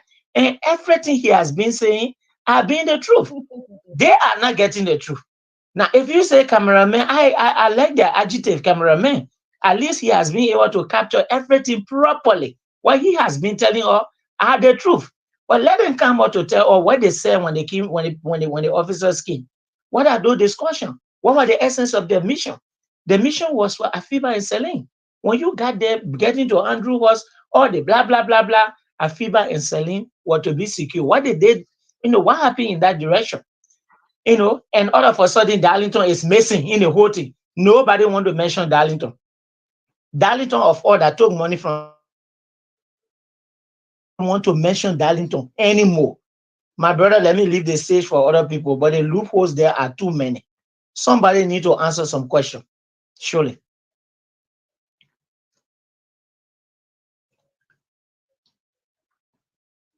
Mr. Ben, I leave the stage for the others. Someone need to answer some. I can't hear you.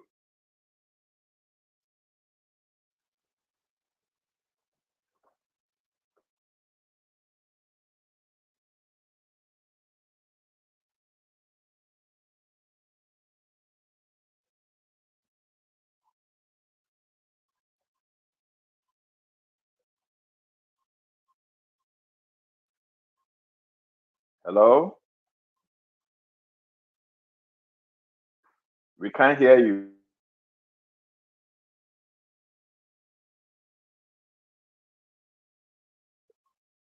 Oh, sorry, the YouTube could not hear us. Kwame, can you continue again, please? Because I mute myself on our mic. I saw Mr. Bio ask the question that when you were speaking, you said the man was not convicted in Nigeria. Yes. Unlike Donald Trump and others. And he said, but the man was convicted in UK and he was wanted in UK. Giving you reference to it. And I'm saying it is an insult on every single Nigeria person to believe that it would have taken only Mr. Ben to report Andrew to the UK authorities if he was wanted. It is a big insult to believe that statement because Nigeria is not a jungle. Nigeria is not an internet-less country. Nigeria is a country run by principles. They are connected to every other part of the world. The power of internet is everywhere. If a person enters into your country, you have internet, you have background check. Most especially someone that you arrested in his first 3 months based on narrations from you and other sides. Andrew was arrested before when he came to Nigeria. The first 3 months. He never ran a backup check on somebody that Mr. Bio is saying was wanted in UK. You were waiting for Mr. Ben, wherever he was, because he's a friend of Andrew, to come and report him to the UK authorities. I feel it is a big insult to the intelligence of the security of Nigeria. It is a big insult to Nigerians as well. Because if somebody is wanted and is in a country, and it will take only his friend to make this person get arrested, I think it's a big insult. Kwame, this is what they call own goal. What you say, you scored an own goal. You scored yourself, Echi. And unfortunately, that's the message they are propagating, that is his friend. He should have reported that. You see, I feel that people need to reason. And when we say a country is run by laws, leaders, rules, regulations.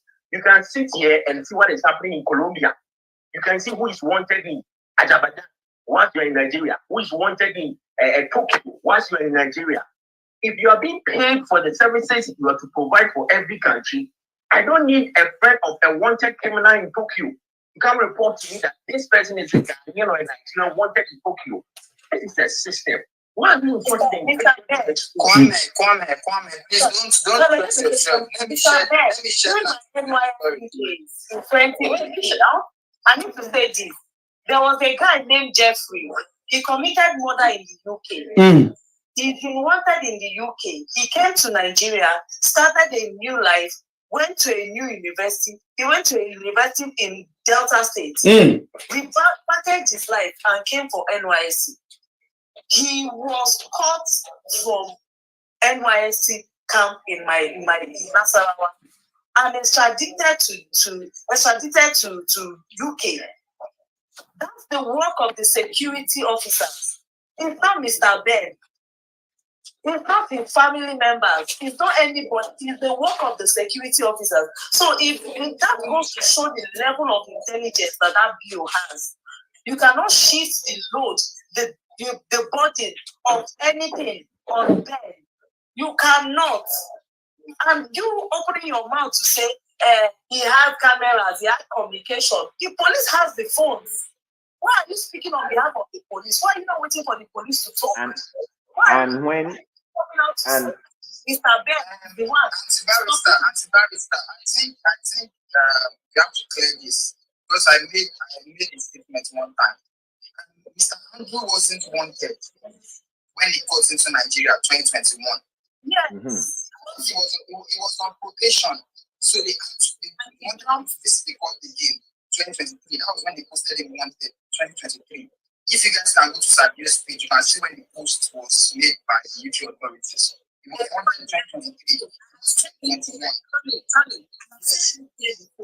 said when people serve their time in abroad, they sometimes give them time served, and when you come out, you have to serve probation. Okay, probation comes with conditions. All right, it could be a condition of you finding a job. They want you to have a job for 400 hours a week, 400 hours a month. They give you conditions. If you flout your parole, then they try to arrest you again, or they will put you as wanted. Or if you don't show up to court, they will put you as wanted. So that is why I think after the time he left the UK, he was not wanted. He had already served his time. Correct. So, stop the distraction. I thought you want to ignore that man. He doesn't want our time. Andrew was critical in 2023. How do you expect Mr. Ben to know? Why are you explaining? Let me say one thing. Why are you explaining to that very something? Okay, I have a question. Let me share one thing. Let me share one thing, right? That even as people at the UK is, are you telling me that UK did not know that this guy, if you run a background check on him, they didn't know that he had already left the UK? Because I don't think those are so adapt. I think I have a question for Sabio. Sabio, I know you're listening. I watched the live where you told that you wanted to come up, you have somebody special, and then Afiba's husband came and made some comments. He said his prime suspects were Blessing, Darlington, and Officer Oracle. Sabio, on your platform, have you ever come up? Why is it that you have never come up to talk about what that man said? I dare you, Sabio, if you are truly fighting for justice for Celine and Afiba, I dare you to call Blessing and interview her. You are a friend to Harrison, and Harrison sure knows Blessing. Why have you not made the effort to bring Blessing up for proper questioning or interview? Why, Sabio? Why is it that apart from what your cameraman shares on his platform, you don't have anything new to talk about on your platform? He's only attacking Ben, no. He's only attacking Ben. And that's why you just stop that narrative. If Mr. Andrew was wanted 2021, he won't be able to fly. He won't be able to fly from UK. It's impossible. Exactly. Andrew was declared wanted in 2023, guys. 2023. It's on internet. It's on internet. It's not perfect. Just search his name, you will see it. He does not want to look at it. He's just a clown. And the guy came and they gave him a GUN. He saw the date when that stuff was posted on UK authority website. He wish he can change it. He wish he can change the date to favor his narrative. Sabio, I've given you opportunity to come live. You refuse. You ran away. Go back and tell your Janjaweed follower, all those Mama 5 them, that you visited and you got what it takes. You don't have what it takes to come live. Let's go and watch that clip, because the reason why Sabio came here is a distraction. He knows we are analyzing this thing now. He knows that we are analyzing it. So he came to cause distraction. I know this guy. He came with his account. Normally he watches with fake account. Sabio is here so that we can stop and change the topic. We are not stopping. We are going back to the analysis. And make him relevant. Any form of attention to that daily topic. Yes. So yeah.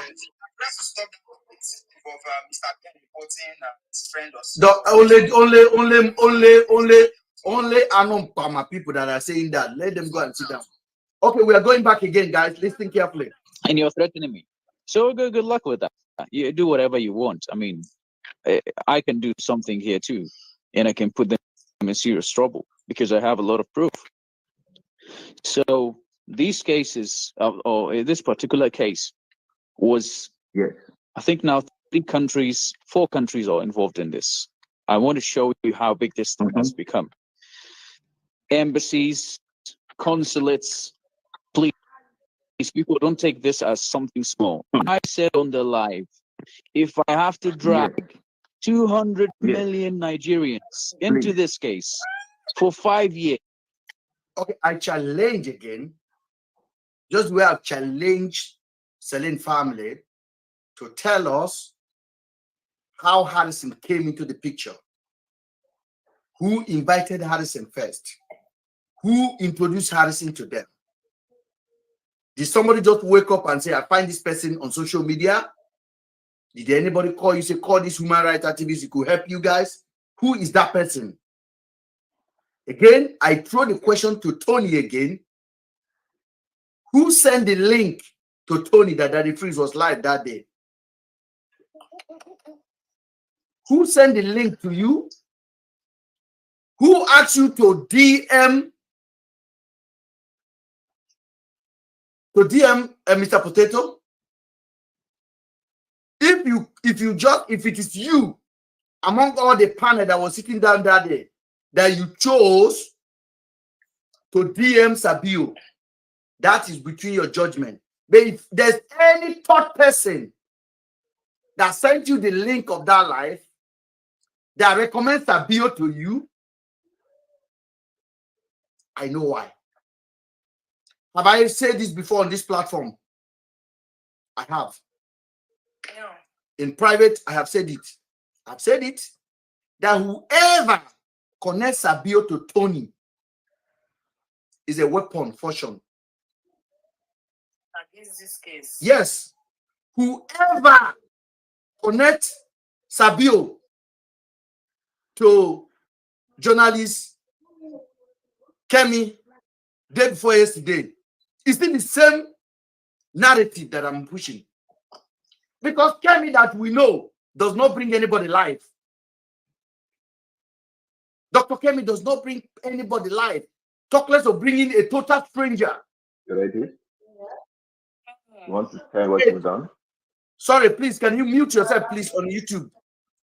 Let me mute you. Thank you. Kemi don't even bring familiar faces to this. So, I am feeling,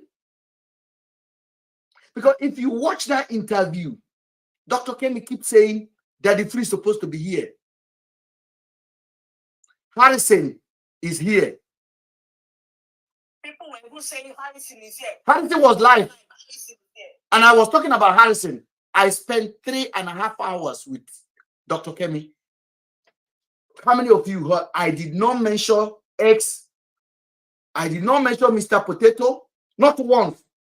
And I purposefully minus his name out of my mouth. Think about it, guys. But as soon as I step out, guess who jump in? Mr. Potato. Why?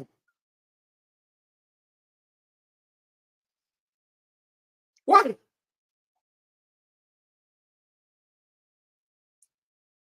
So they are working overnight not for the truth not to come out. We are not interested in anybody's job. What we are interested in is that we are basically interested in fact. And on this platform, as small as you may look us, we are the most powerful force on this case. Nobody can afford our price. We are the Gucci, we are the Louis Vuitton. We are the designer of this case. We are the orchestrator of this case. And we are the one cracking it. Sabio is like a person that starts at the back and just carry something and throw it into the air, thinking it's going to hit somebody. Una have done una worst. Warning upon now he was here, now he's telling us if anybody want to ask him a question, he will come up, everybody will show their picture. Who are you? We're not scared of you. Nobody knows you in America. I want you to go listen to your own record. You will cry. So we are going to watch this because this is what brought him. He saw what we are doing. He couldn't hold it.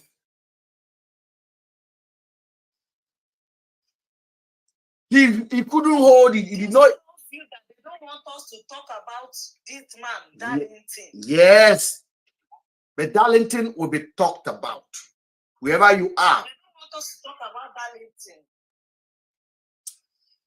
Nigeria, as I say, belongs to us. Every one of us. You are there now eating. Tomorrow you will not be there. Could be me. Could be any of us on this platform. And Africa, in general, belongs to the youth of Africa. And if we refuse to open our eye and speak the truth when we can, if I'm in Nigeria, I will be mad. I understand. That's why I have a bit of reserve for Harrison. But when I now discover Harrison is not just scared, Harrison is actually a confirmed fraud. That's when I give up about his case. And I no longer see him. I'm telling you, sometimes when you are going for Harrison, I always say, maybe he's naive. Maybe he doesn't know what he's doing. Let's give him the benefit of the doubt. Mm-hmm. But on so many occasions, it can be a coincidence that he can be naive continuously and will not even at one point question all that was happening around him, even for a minute. This guy was accused of armed robbery, kidnapping, taken to jail. This guy came out, continued the same behavior. This guy came out and announced to the nation he has a kidney problem. His friends were like, we know you don't have any kidney. They can't him. Yeah, so every kind of criminal activities is in this guy's life. And suddenly he say, I'm a human rights activist, stealing people's things, arranging kidnapping. Let me tell you guys this breaking news. The POS man that Sabio say he knows. We have him. We have his detail. I have his account. How many POS man can do transaction of 140 million a year? I want people to tell me under the comment. The guy did a transaction of over 100 million in 1 year. Is that really a POS? Harrison has refused to reveal who that man is so that he can be arrested. I have put the account out there. Please, the account is real. Link to NIN that I know now. Harrison hide that because that is the kind of POS they are using to extort money from their victims. Harrison is the hostage negotiator in Nigeria right now. Harrison was accused of stealing somebody's car in Asaba. The person went to the police station. The Asaba police station told the person, if it is Harrison, we don't want to talk about him. Please go to another station. Asaba people are DMing me that Harrison is a confirmed kidnapper. Now you go kidnap, now you go negotiate. Now you go collect money to give it to the police. You guys don't know who you guys are dealing with. If I am in Nigeria now, Harrison will send Marvelous to come and pie me. Before even the police will do their own. You see the way you're swelling up now. Now me, they give and that stress now. No be food you chop. That's no food. He can't sleep. He's jumping from one hotel. His wife friend told me that this man beat his wife like mercilessly. Like mercilessly. He beat the girl where he married for house. With evidence. Now their hero be that. Now be a big brother be that. And that man have audacity to come and compete with me and tell me, Akai man, I have been giving you sleepless nights with fact. Guys, we can stay here and talk about this all day, but I have a mission tonight. Because Tony says something in the next line that will link Blessing, Darlington together. By the way, Darlington, I know you. I am a P2B supporter. My name is Ben. Now me, put $10,000 to bet Ideji during the election that was viral in Nigeria. It is me, Ben Samuel, Deji, and Dele Mamudu. It is me that brought $10,000 out to bet him that P2B will win the election. I am the obedient. And you happen to contest election under our able party and our able leader, P2B.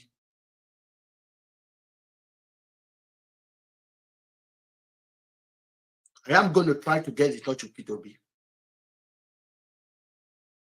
This case is bigger because Obi is a brand that nobody can stain. P2B is a brand that nobody can stain. I have a first-hand opportunity to work with Tinubu. I have a first-hand to work with Atiku directly. Tinubu was like a giveaway for me. People I can pay, I stay with, they are now in Aso Rock. Some of them, they have gotten appointment as a directors, chief executive. The day they launch Tinubu's billboard in London, those guys that launch it, they are my friends. Not like outside, they are my people. I have no problem with Jagaban government. Now God give him, he go do his own, he go like Buhari. But I supported P2B. The opportunity was in my hand like this. I have messages, I have videos, I have people you will see with Buhari today, with Tinubu today, texting me, join the group, Ben, join us. They will be with Tinubu in London. They will call me to come. I say, I'm not coming. I'm P2B supporter.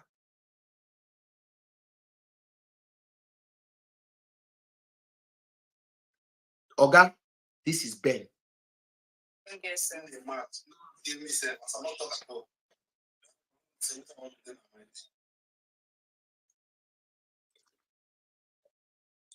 This is Ben.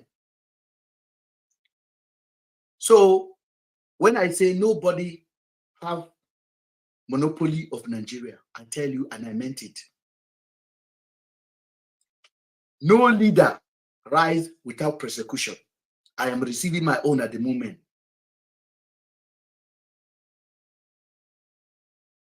So I am officially coming to you, sir, to tell us what you know over this case, Mr. Darlington. I know they fear anybody. And I heard that you know they fear anybody at all. I don't know how old you are. But Oga, in the country I live, we know the fear age, we the fear position, we the respect position, we know the fear position. There's a fuck up here, there's a misunderstanding here. I want you to explain yourself. Because if I come on your case, blessing will be a forgetting matter. Go to internet and Google Ben Samuel.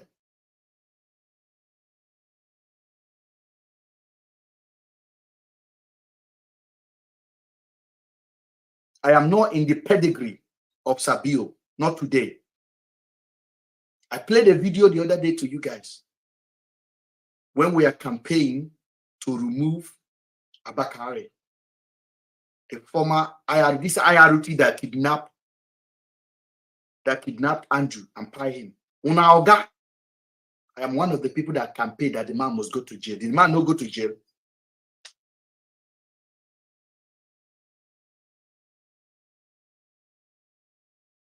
So, going forward, we are going to say the truth here, and everybody must.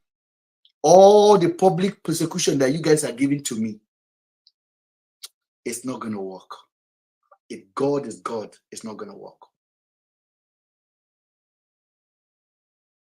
And all of you that wanted to take my voice away, you wanted to take Afiba's voice away, you wanted to get Afiba's mother's voice away, Celine mother's voice away, Andrew's family's voice away, Andrew's voice away. It will interest you to know that Harrison was seen moving things out of Andrew's house into the truck.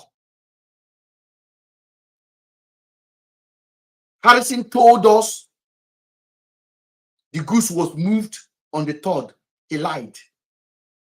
Harrison visited that property. Make una ask Harrison how many times has he been to that property? Until they lost. Make una ask Harrison how many times he has visited Andrew's house. Date, calendar, pictures are there. Make una ask Harrison what is his relationship with Darlington, with Blessing. You don't choke. You get bone when you know the swallow. This one don't choke your neck. Whether Nigerian police talk, they no talk. This case is open. You went and packed a victim. All of his property, you pack it. He wants red bombs, the expensive ones. You pack everything, take his money, remove everything from his house. How dare you? Are we now living in a banana republic, dear Nigerians? Harrison, Guamunishu, you are a Satan. Let me not see any shoe on his leg. If I see any shoe for a leg, we shout Andrew. He stole Andrew belt, stole all of his stuff. I was here shouting that they have stolen from there. Una think that a joke. There was not having it. They went back again with a truck and removed everything, including matches, out of that home. Harrison said they removed the generator.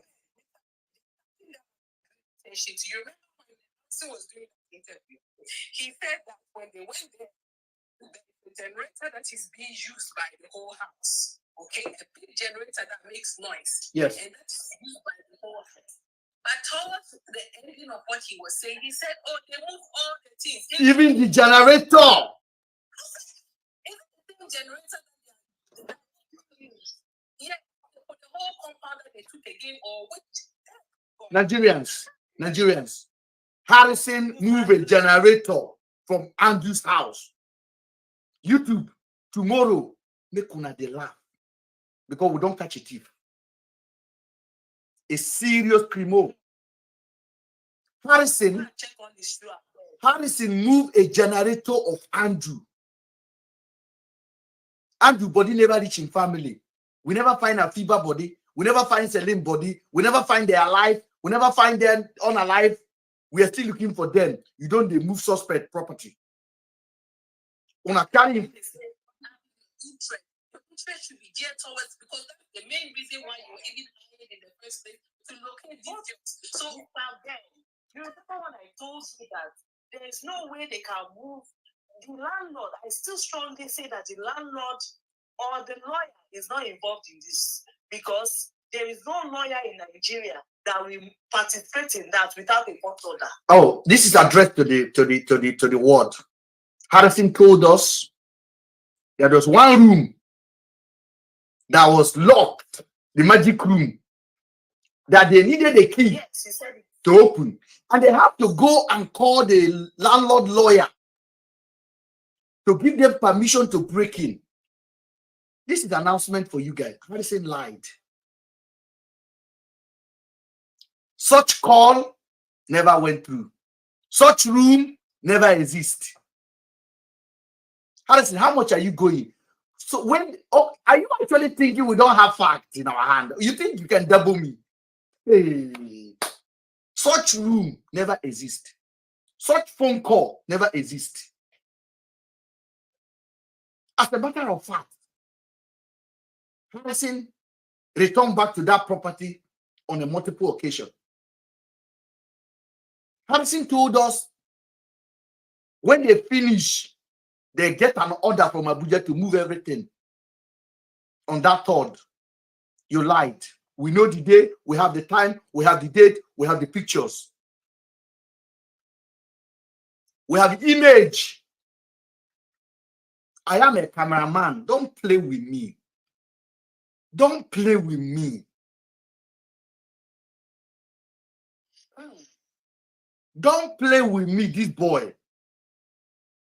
I didn't want to talk to you because you're not in my pedigree. People don't know is that they think we come here and we talk without facts, or we come and say things when we don't have the facts. That's how they brainwash their followers. That whatever is being said here is actually investigated, and we are holding the facts. There is no need to come here and lie on anybody. That's not what we are. Our aim is not to come and lie.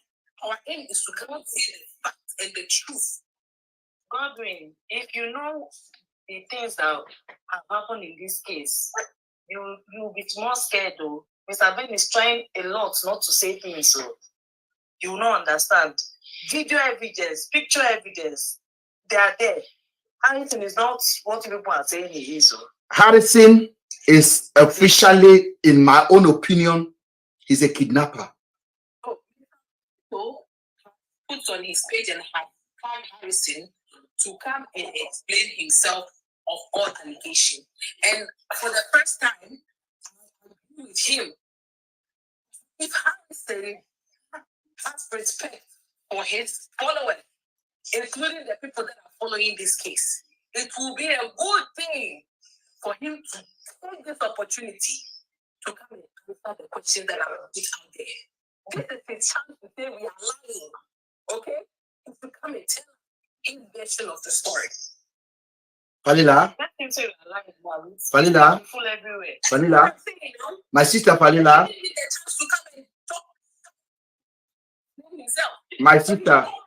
my sister Falila, I want to send a message to Ghanaian and I want you to translate. Please say it the way I want to say it, please. Please, as I say, it's going to be like 1 minute. It's very important for me. This is my message to all Ghanaian media. The man named Harrison, the lady named Blessing, the man named Darlington, the boyfriend of Blessing, tell them, say these three people are connected with Nigerian police. They know where my daughter Afiba is. I said it with my full chest. Tell them that Mr. Ben says so. That's not your message. That credit the message to me.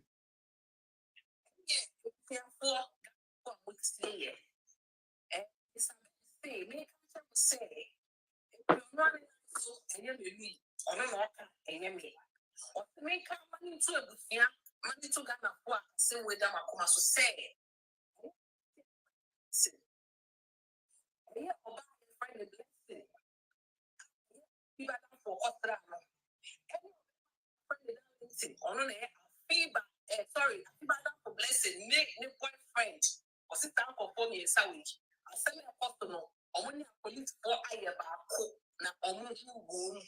If you got for mama winning the hall or move a boom, thank you very much, my sister. Thank you. So while we continue watching, those are the breaking news that Harrison is officially a suspect in the kidnapping ring of Afiba and Celine. He knows what happened to them because he's in contact with the people that order the removal of Andrew from Umuahia. Harrison collected the 1.5 million that Andrew transferred in Uyo. That money was collected for Harrison. That money was part payment of Harrison laundry job with the police and many, many other money. Harrison should show us his logistic to Abia. He told us on the record he flew from Abuja to Lagos, from Lagos to Anambra. It is a ticket of a flight. So tell us the day you fly, the time you fly, which airline, and your ticket. If you're not able to show us the ticket, tell us the airline and the time and leave the rest for Mr. Ben. The cameraman will get it. It is high time you come clean. Just the way you come clean when they catch you of your kidney failure nonsense, come clean now. You know, when I told you guys before, when I hear about organ harvesting, I kind of knew where Harrison was taking us to. And I vow to you guys, it's not, I don't like to bring people down. But if you DM me, I have his messages here. I said, I'm the last person you want to mess with. I have it. I said, I am the last person you want to mess with. You don't know me. When he began to lie online, we still exchanging messages. I told him, I said, go and talk to your lawyer. I said, Harrison, go talk to your lawyer. He indeed called his lawyer. He made a live with his lawyer, and his lawyer told him, things are not good. I had the video. A female lawyer. He said, things are not good. And I know that lawyer is a very smart lawyer. He said, things are not good. This is not looking good. That was before Harrison ran to Benue to go and video that guy. What we are doing here, we are breaking lies. I dare Nigerian police to say anything about me, to implicate me in any form. Do it if you have the fact. Do it. You got Andrew's phone. FP Moses told me he has Andrew's phone in New York because he was documenting things out of it. He told me.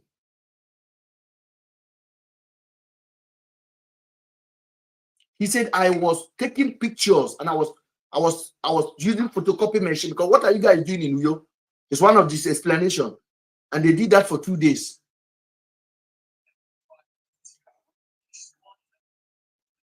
So while we continue to analyze this, remember, Harrison is not Harrison.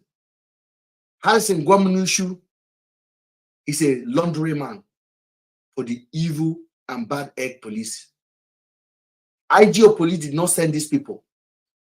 IGO police, Muiwa, the PRO police, this set of officers has brought disgrace to your office, has brought shame to your office. So the next time you see Harrison talking nonsense, just look through his eye.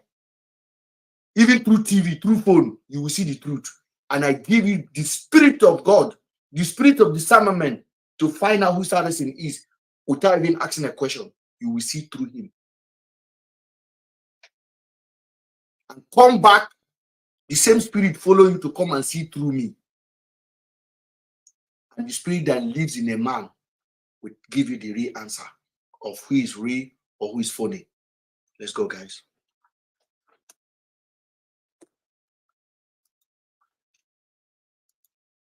I will do it. We understand. Not because I have anything against Nigerians.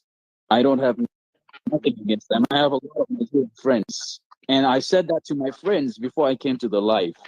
I said to them, if I have to drag your people, I'll drag them. Because first, it's something that Nigerians have to take to heart. If this is the case and the families are involved in this, Nigerians have to wake up. Nigerians have to speak for their country. Nigerians have to defend their country. And everybody just kept quiet. 230 million people. These people have so much power. If these people, if these people like jump, an earthquake would happen. If these people just in one heart, you know what? I lived in Africa before, and the most thing I realized, not in all African countries, but I realized this in Nigeria. The reason Nigeria is this way, because the hearts are against each other. The hearts are against each other. The enemies, the virus is from within, not from outside. And if you have an autoimmune disease, nothing can cure it. So this is a case for Nigerians to wake up, to seek justice, to speak up, not to be afraid of nothing. Oh, they'll kill me. I'm going to be threatened or whatever. Well, this flag and this anthem that you guys sing, this has been paid with blood for, and people are taking it for granted. Your ancestors paid for this with their bloods. So please, I'm not going out of the whole context. I just want to address something. This is what is at hand. The two ladies are. It happens to be that the two ladies are now kidnapped, and we don't know their whereabouts. But tomorrow, it could be someone else. It could be you. And the next week, it could be someone else. And this is why I'm saying. Go ahead, please. Mr. Ben, you can ask your question. Quick question. No, let him ask. Let him ask. Let's let the guest ask. Okay, go ahead. Okay, I wanted to say something then if you don't have any questions. I didn't have any questions. Daddy Freeze is your show. I'm going to allow you just take it. But I want to just point us to a direction. Please, thank you, sir, for coming to shed more light on this case. But please, I want Nigerians to see that this is not just a case of two people missing. This is a case of fraud. Fraud. He has come here to establish that this case, yes, system error and fraud, because there is corruption. They were extorting money from the families. And we need to know who finally, though he has given us that lead, we said it here, who invited those police. And this case will also help Nigerian police. Let me say why. It has been established now that even the IG does not have hand in this nonsense. That is the truth. It is not. I've been saying it. Don't have any hand in this nonsense. So there were people who did this. And we were told that the IG was the one who authorized all this. Now let me say something. We never believed all this since day one. That's what I want to tell you. We never believed any of this, whatever the police told us. But we just took it, this is what is at hand. Let's deal with it. But it never made sense. It never made sense. I would just hop in a taxi or just meet Nigerians at work and I just tell them the story and they tell me, you know what? Nothing makes sense. Nothing makes sense. It's completely fishy. And because we were so involved in the case, we couldn't see much. You know, when you're involved into something, you can't really judge it unless you go out of it and you just look at things in general. But we were still saying that all of this is a lie and they've been taking money from us and nothing has been done about this case. And the first thing that made me think all of this is the petition that was written on the 10th of May. How do you write a petition and you say unknown? The IGP never writes a petition, and the IGP never writes a petition and says unknown. How can you say unknown? Who the police would? How will the police arrest the unknown person? That's the petition. This is the question. Yep. Let me, Mr. Ben. Let me ask you this question. I know the petition. I'm the one who sent it. I want to ask you this question. I'm the one who received and sent and shared this with Mr. Harrison and the rest. I come to you and I tell you, someone robbed my house. Okay, and I know who the suspect is. And tell me I'm writing a petition, and I tell you, the person who robbed my house is Mr. X. How the police would know exactly who the person is, and I know who the person is. On the 10th of May, this petition was released. Read on the paper and show it to people. It was on the 10th of May, right? Okay. Let me ask you this. Andrew was on the 8th of May held in custody, or he was arrested on the 8th of May. So how can you say unknown for a person that has been 2 days in the cell? and from the IG. Can you answer this? How can you say Andrew is the unknown and he's been 2 days in the cell? So the police knows exactly who he is, and they know the suspect. Unknown persons. That is more than one person. Which lead us to one conclusion.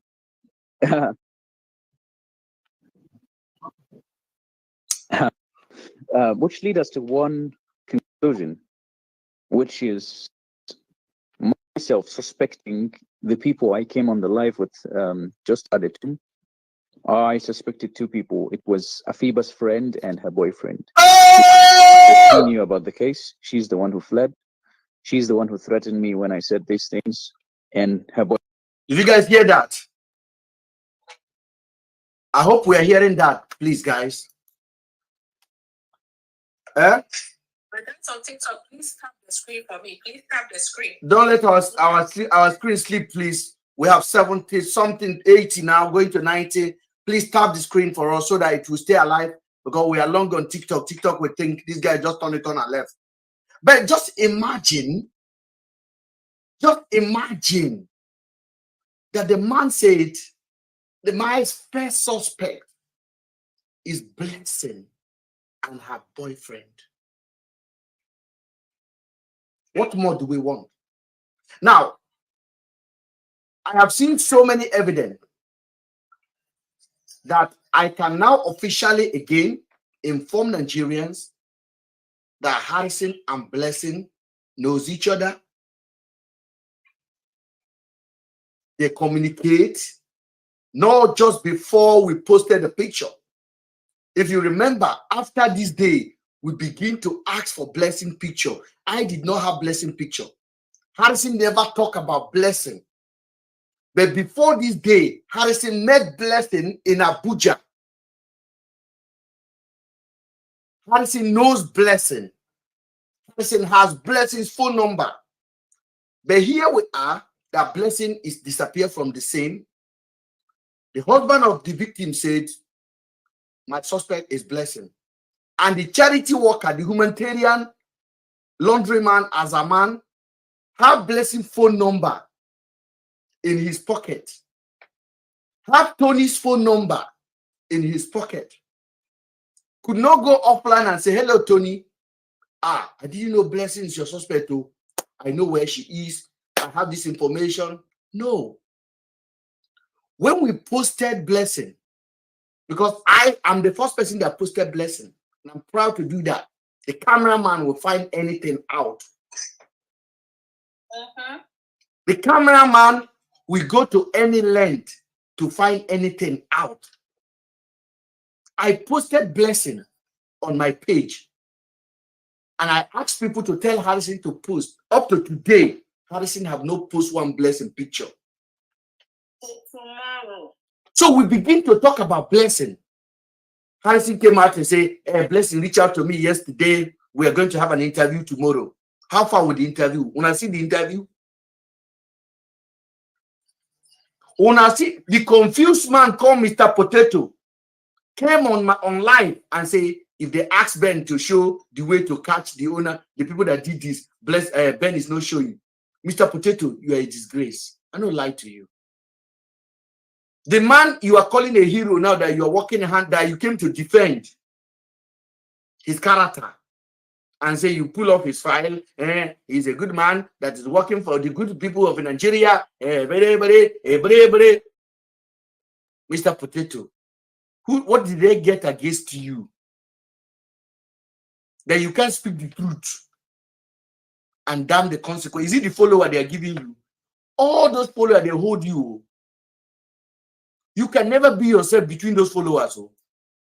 You have to walk one line all your life. At your age, you come online to be pleasing people. You want to be like Daddy Freeze or very dark man, Papa, you know, get time. Just face your IT, JJJ, they go. You know, Sabi talk, first of all. You know, Sabi manage information. The gift of blogging is not in your life. And no pastor can give you the anointing. So many people will like you, tell you the truth, make you wash out. Wash out, Baba. Go listen, go watch your own video. Even you go and like yourself. You go don't click on like. See story now. See now. You live in America. See story. Because I know Sabio did not come into this investigation with this biased mind. He was bought over. Then he started to talk nonsense, basically. And then he got all these ladies under his page. Yes, Daddy Sabio. Daddy Sabio. You are doing well. Our daddy. He dey make your ego. Write good comment. Write good comment. Sabio, the comment I have received, if you receive 1/10 of it, you go jump Brooklyn Bridge. You go jump him. And you are still giving that insult to me. And I'm happy. Today, he posted 3 of my picture. The assignment they gave to you don't backfire. I get power personal.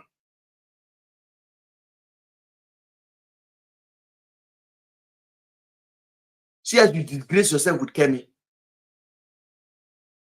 That's why you are not able to post that video. Any part of it, you couldn't post it. Because normally you would have been proud to post it. Just went there to... Yes.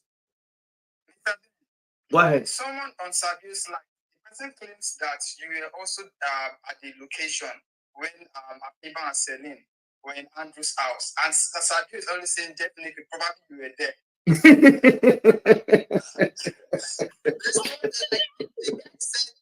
Said, for Andrew to request for Celine and her friend, definitely the other friend might be for you. And Sabio was also nodding his head.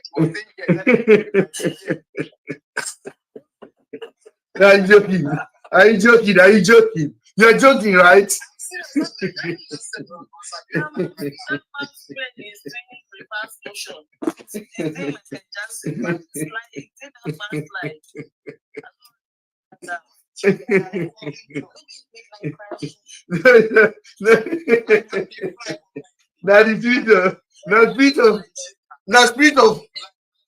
Now spirit of Andrew they disturb him, I tell you. See, it's always on the camera.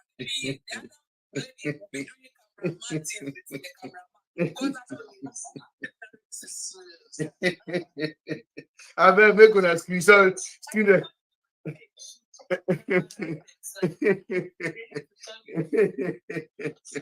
Because I cannot even stay there for 10 minutes or 1 month. I can't try it. And they keep on going with the line of you've run a fact check on him, you've run a I'm dying. No.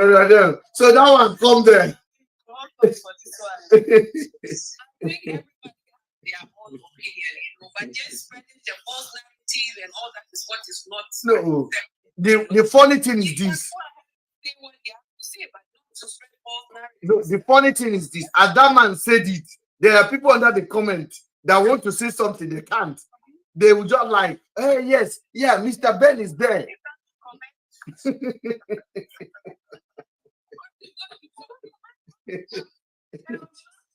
Oh, the guy blocked Afiba's family himself. Talk less of anybody else.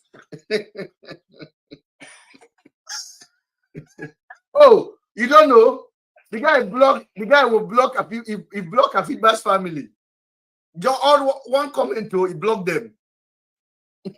And they fight for their sister. No madman be that.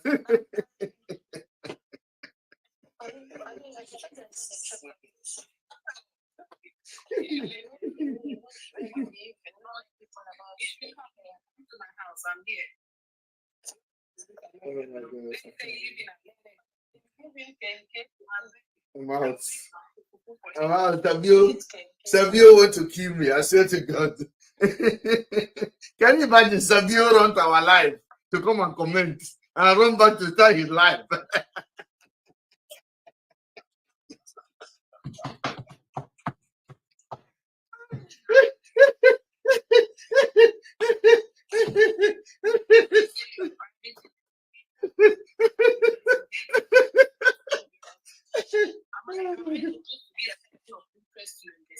Oh my life, I'm done. It's always threatening. Even threatening us. He said, you know what he said about Tony? I have his ID, I have his UAE, I have everything.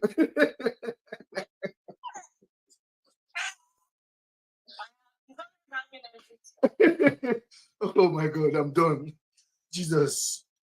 Oh. I don't think Tony can be shut down to be sharing your child with anybody. I'm done. Oh. He's not reviewing what is important. He's just a distraction. No, but it's listen, we are having a serious conversation. Sometimes we need to take a break. Normally, when you're doing live, after 1 hour, you take a break and come back. But we do uninterrupted. Make we laugh for half an hour. Maybe we take and just crack joke. Maybe we just take and the. Yeah. Can you imagine? The guy came here. He said, Andrew was convicted in the UK. Imagine, he was convicted in the UK. That's why. I think about 3 hours ago, I saw Harrison commented on that he's stopping this particular case because we realized that Afiba's family actually Sergio posted a message that Afiba's family is angry with Harrison. Harrison commented that today will be my last day. You cannot stop, oh. Harrison, you cannot stop, oh. You know something?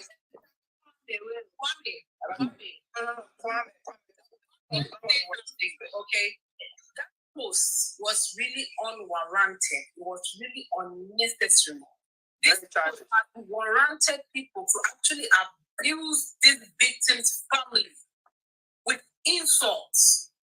This victim's family are still grieving. They still don't know where their loved one is. Put something like this and allow your followers to abuse the families that have lost their loved one. What audacity! Even if the family is saying, okay, I will step up a little bit.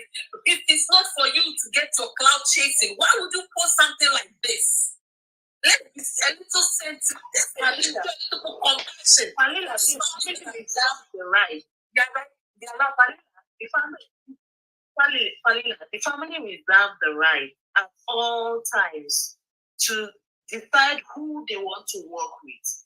If they look at you and they don't understand what you are about, They reserve the right to say, we don't want again. Now, this is why you will know that these people do not have the interest of these girls. No, from day one. From day one. Yes, image whitewashing, image padding, image laundry. Because one sense will not put something as sensitive as this out there. Why? Even if they don't want to work with you again, you could still be receiving information that can be relevant to this matter. So why are you putting it out there? I've tried my best. These people are not grateful. And you know what?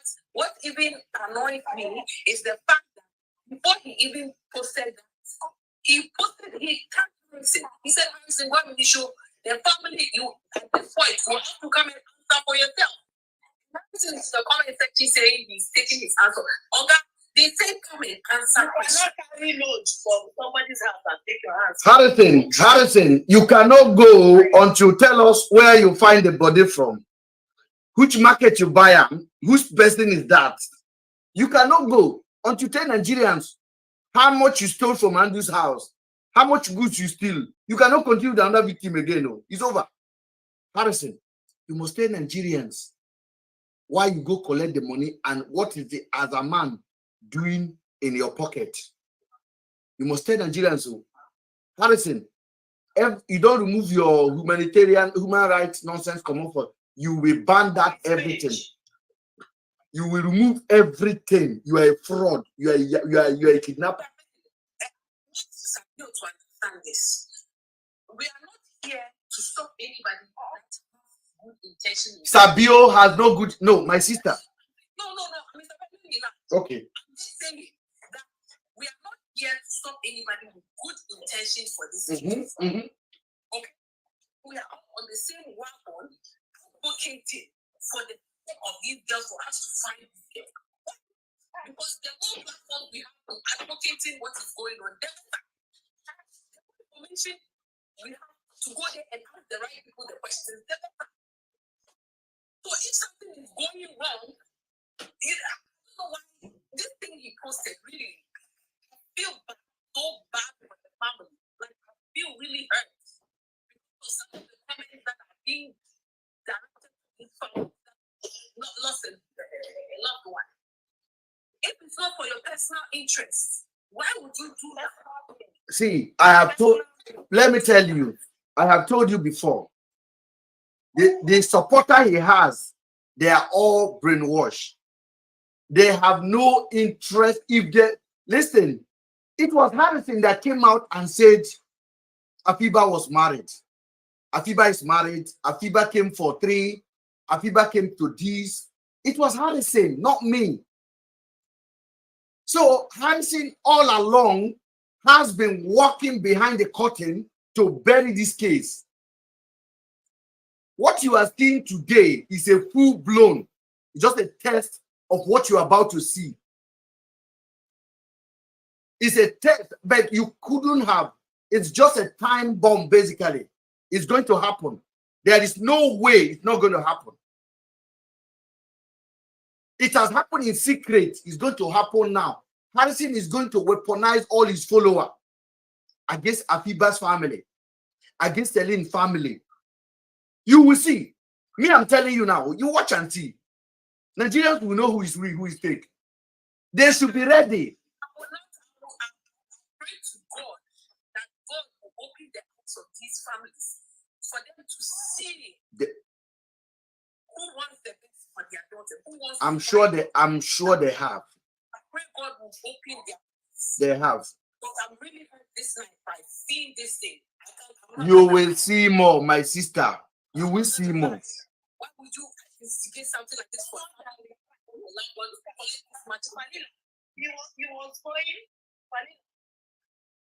He was going to Abia State, where they already arranged a body that does not belong to either a family or Celine. None of the family members, because they know their sisters, siblings. He was busy kneeling down and crying. are making videos. You see how the manipulation, the level of manipulation, you are going to be crying and say, somebody showed him when they were carrying masks for him. Why do you make it about you? Nigerians do not know about human rights activism. People don't know about charity. If these are the charity organizations that we have, we don't have anything. Because, you see, it's manipulation. The manipulation is too much. It's too much. You're going to be crying that they carried masks for you. What are you crying for? And if not, you will come out and cry. I don't know how you spend people's money. You came out and started crying that Nigeria should gather money for you. Crying up and down. So expect him to cry. Expect him to cry this week. Expect him to cry next week. But one thing I can assure him, the truth in this matter will come out. This matter is not like every other one they have been handling. This one is different. The difference in this one is that even Andrew's body will not rest in peace until justice is found. Even Afiba and Celine will not. Actually,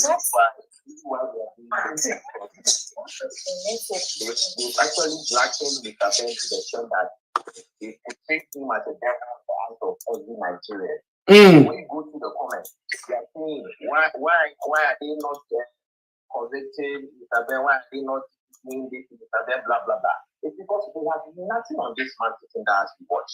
Mr. Ben actually, I wouldn't say it's innocent, but based on how they portray this man as a devil, they have no evidence to give to their fans. All they have to do is quit.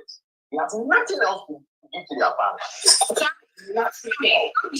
Even if Mr. Ben has any question to answer or will be indicted in this matter, at the end of the day, he will be indicted anyway. That should not stop him from speaking his truth. Should it? Pat, go ahead. Harrison, we are not surprised. Okay, hold on. We'll go YouTube contributor. TikTok, hold on, guys. Go ahead. Tell Harrison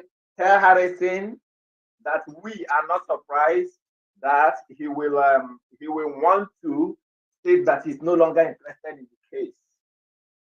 We are not surprised.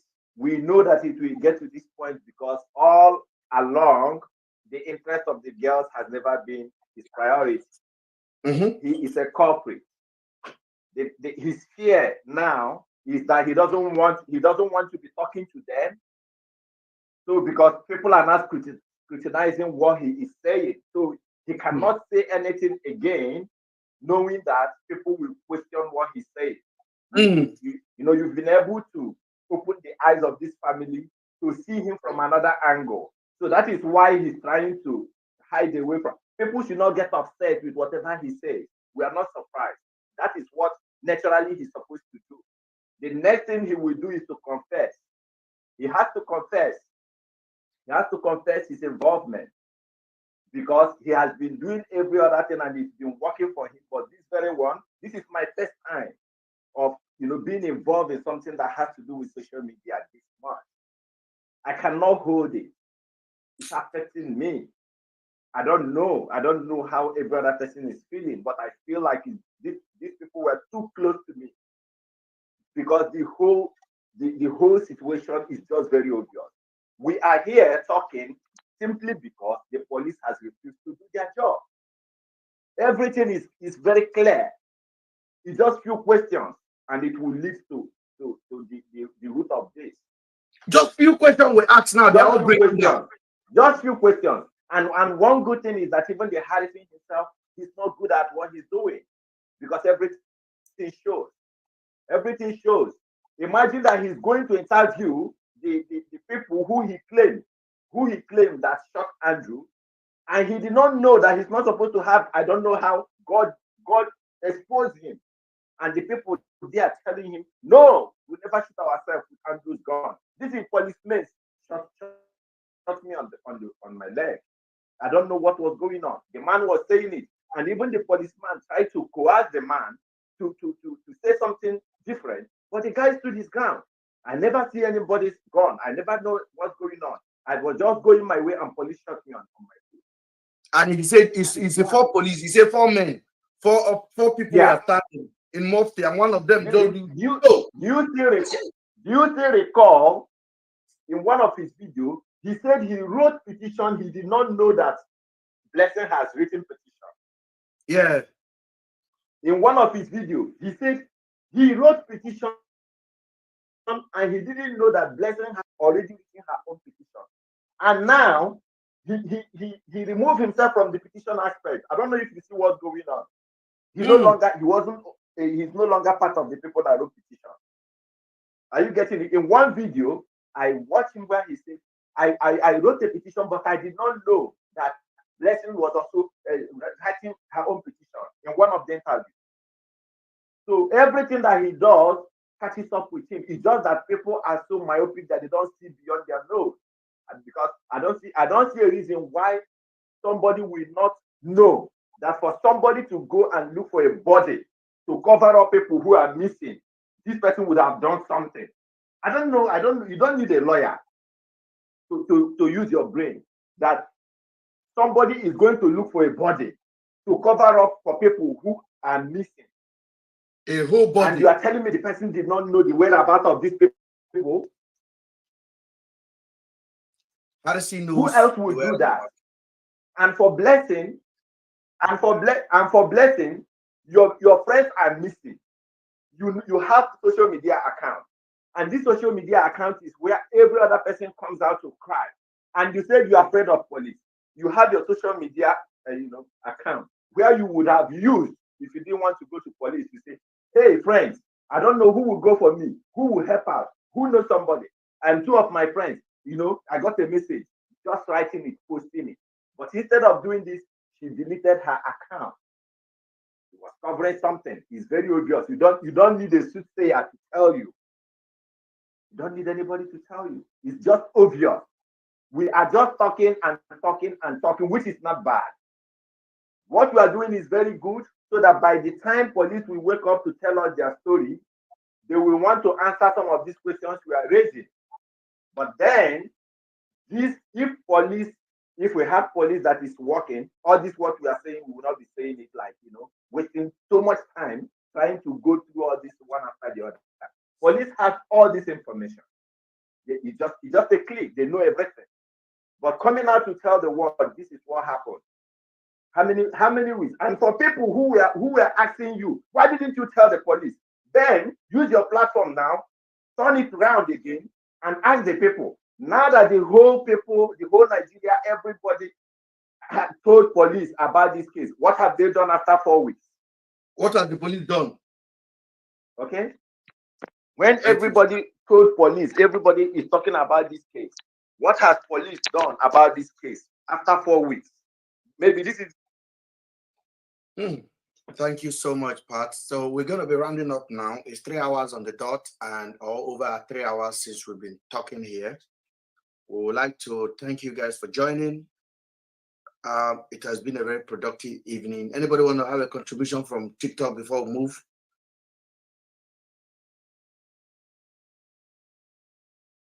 Our TikTok don't sleep. We are still here. Good evening. How are you? Go ahead. I want to use this opportunity to thank everyone that have been putting their voice to make sure that the justice is served, and for Nigerian police to be responsible for what they're meant to do. And that's what we keep doing here. We keep talking about Afiba, we keep talking about Celine, we keep talking about Andrew. We cannot really rule that out.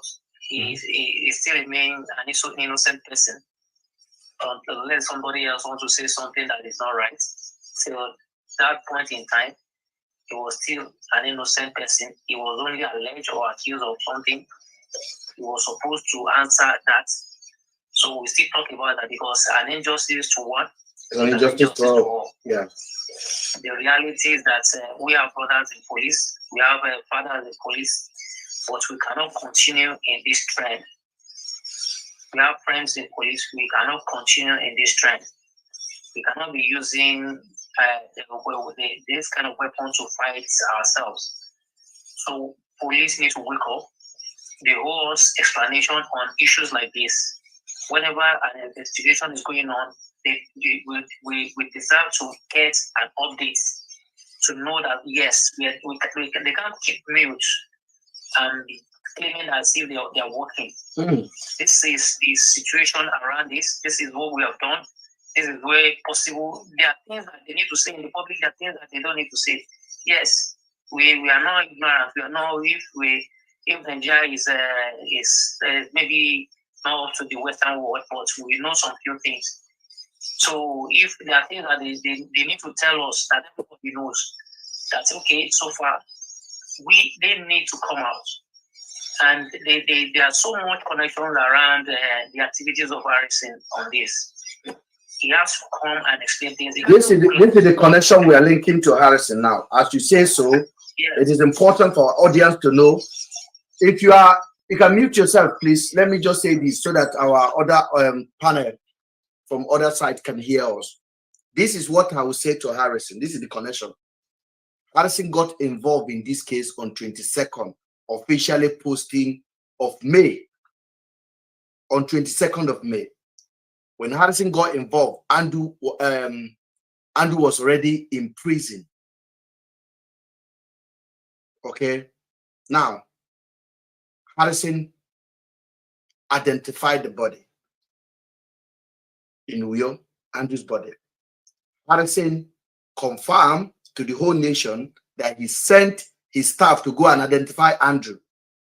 His staff called Andrew big head and bastard. All of us know what that means. I asked Harrison, do you have a relationship with Andrew? No. Have Andrew done anything to you before? No. Why did you guys say that? He said, if you see Andrew, he would have known Andrew. Harrison told the nation Andrew is an organ harvester. Another lie that have come to pass. Harrison discovered a body on the street of Aba after 30 days of body remaining there. Harrison did not call the police in Aba. Harrison traveled to Aba with the same police that pied Andrew. Harrison identified the body, which we can now confirm is fake, bought by Harrison and Marvelous. Harrison proceeded to Andrew's house. Harrison searched Andrew's house. Harrison stole things from Andrew's house, confirmed. Harrison planted the curtain with Marvelous, confirmed. Harrison went and collected 1.5 million that Andrew transferred to the police in cash. Harrison lied to the nation. He doesn't know who Blessing is. Harrison has confirmed that he knows Blessing.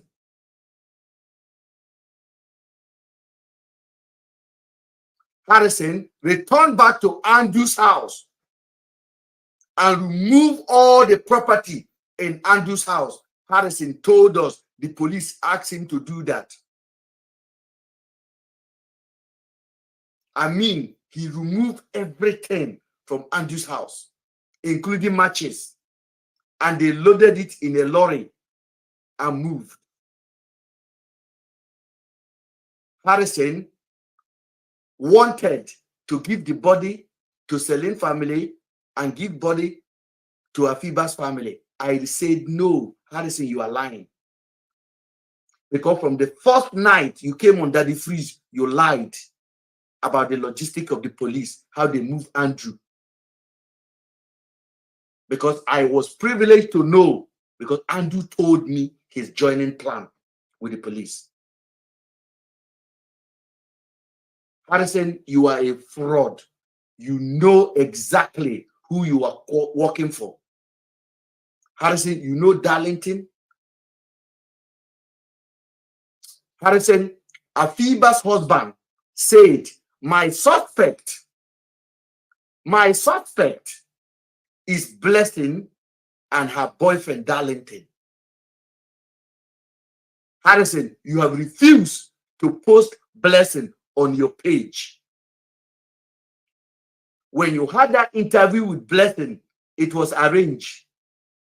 The question that needed to be asked, you never asked. Like, Blessing, why did you run to Abuja? Blessing, why didn't you phone the family of Afiba 48 hours after the girl went missing? Blessing, why did you deleted all of your social media? Blessing, why didn't you react? Why didn't you travel to Aba for 10 days? Blessing, why did you decide to write petition to bring Andrew only 72 hours after Andrew has been arrested on the 8th? You wrote petition on the 10th. When you have been waiting from the 28th, Afiba sent 28th of April, Afiba sent you a message. You never find it useful to travel to Aba to investigate about your missing friend. 2 friends, not 1. Are we connected now?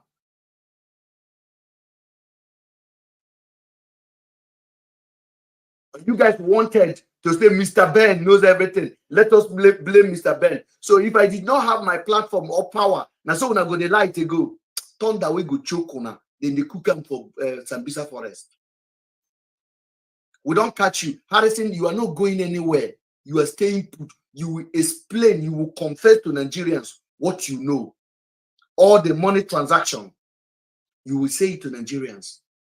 Harrison, the POS man that collect 1.5 million, that POS man has received over 140 something million in 1 year. Harrison, tell us what is your connection with that POS man. Is that POS man doing real POS or something else? Harrison, I asked you to declare that POS man, you have refused. You are hiding the POS man. Then you know where to go and collect the cash from him. Because it was you that the money was meant for. It was you that provided the POS man. Now you have collected Andrew's money, a pie person. What are you going to do with the money? You are holding it for the police. You are holding his money. You are holding his property for the police. But you have not gone to Blessing's house to collect Afiba's bag and the Celine suitcase. Harrison, you may lie to your gullible follower. We are not in that category. We are critical thinkers. And that is why we are here. Your mission was clear from the beginning. You wanted to provide a body and end the case. That is why you say it is over. If you see this big head again, tell me, say, my name is not Harrison. Is it over now? Harrison, you are going to jail. You are going back to jail. Because the lawsuit is coming. And it's coming in a massive way. And that big man you are hiding, you are working for, that police you are covering for, they will not be able to save you. Your name is now in Foreign Office in the UK. Your name is now at British Embassy. Your name is going worldwide, both on internet. You wanted to spoil me. You released my phone number to the whole world and call me an accomplice. So if I did not have my platform, that's how you would travail my life. But you see, the thing is changing now. You cannot step out. You cannot move. We have you. Harrison, you came out and told Nigerians that on the 3rd of June, when you went to Andrew's house, you found blood. You lied. You planted it there. We have evidence now. What are you going to do? What are you going to do? The cutting of Andrew, you planted it. What are you going to do? Because the same you, Harrison, told us on a video that the police that followed you to Andrew's house told you they've been there and they found nothing. The same you told us that the Umahia police said they went there, they found nothing, only a handful of stuff, and they hand over it. So how do you go back there on the 3rd of June and find blood on the wall, blood in the room, blood on everywhere? Wow. Harrison, you told us that on the 3rd of June, before you enter that small room, they couldn't enter it. You have to call the lawyer of the property. to come and open the door. The lawyer said they don't know you. There was never phone call. My investigation is top notch. You never, no phone call, not from the police, not from you. You are a liar. We don't catch you now. You move all Andrew property, including his generator. You told us that happened on the 3rd of June. Harrison, we have the date, we have the time, we have the picture. We saw you carrying goose into the truck. You carrying goose into the truck. We'll soon release it. You think you're smart? We shall see. Now you cannot run away from this case. So I am a suspect. I am in this case. I am a suspect. Me and you, we are suspect. We must clean our name. You're not going anywhere. On what being aga? On what being aga? Onyoshi. You go come online. Today, police, Akozo, format. You don't ever see poor man when they do charity. You don't ever see people when no get job, when no get level. When can just package. They do kidnapping. Now they kidnap, now they release, now they collect hostage money. For the past 2 months, you refuse to allow me to ask the police critical question. You weaponize your followers to be attacking my character. You were paying YouTubers to carry bad news about me. How far now? Go back to Daddy Freeze now, whether he will take you. He knows you now. You are a fraud. Call Daddy Freeze. Tell him to put you online now. Call Daddy Freeze. Let's go there together.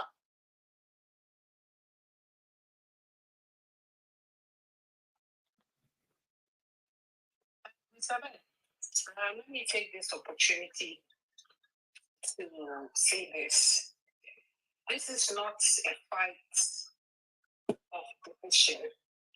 I'm saying this because what was posted on Sabio's page, the comment section, they're saying that people take their stuff away. This is not about Ghana and Nigeria. Please. This is about 2 girls. These are 2 human beings. These girls are Africans. These girls could be your family members. These girls could be your sisters. These girls could be your aunties. Please, for God's sake, let's not do that. All fight this case for the betterment of the families that have lost their loved ones, for the betterment of getting these girls back and safe to their families. I would also want to use this opportunity to apologize to Celine's family, to apologize to Celine's family. Unfortunately, maybe this is the reason why you wanted to stay off social media, for your own sanity. But you have lost a loved one. You have to take the hit when it comes. You have to be able to stand all these things. These are the obstacles we will have to face in order to get your child or to get your children back. Let this not deter the family from seeing the truth and following where the truth is. Let this not put fear in their family that, if we speak our truth, we will be trolled, we will be insulted. No. It's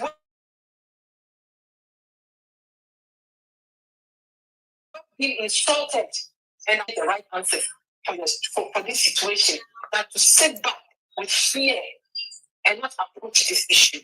I am really sorry to you people. I apologize to you families. And we are still praying with you and hoping with you that of this case we will hear good news for you and your loved ones. And we thank everybody that comes here to listen. And for the people that come to comment the way they want to comment, we know where you are from. You are not our target audience. You are really not our target audience.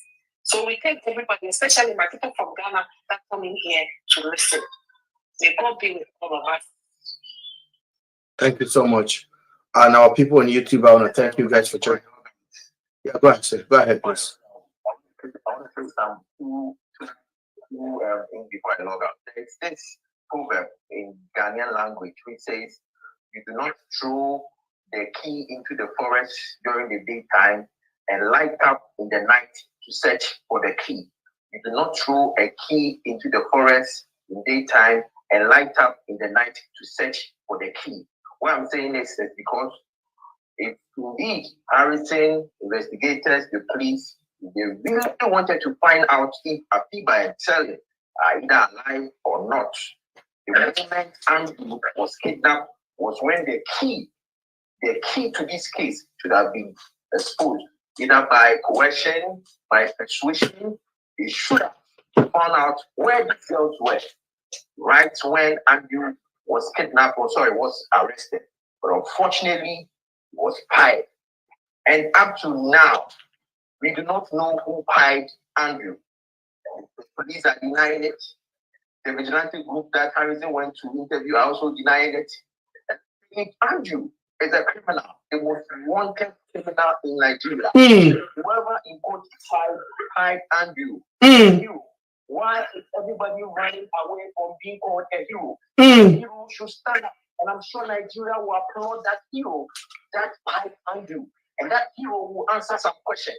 So that hero should stand up and pied Andrew, and let's ask him a few questions. I'm done. Thank you so much. Thank you so much, YouTube. Thank you. You guys are wonderful. We've done it again today, and we've exposed lies. We have exposed lies. Sorry, we couldn't finish the video we were showing earlier, but it is what it is. We'll be able to show the most important part of it, which was the Afiba's husband speaking out there, his mind and heart. So I thank you guys for joining, and God bless you from the UK.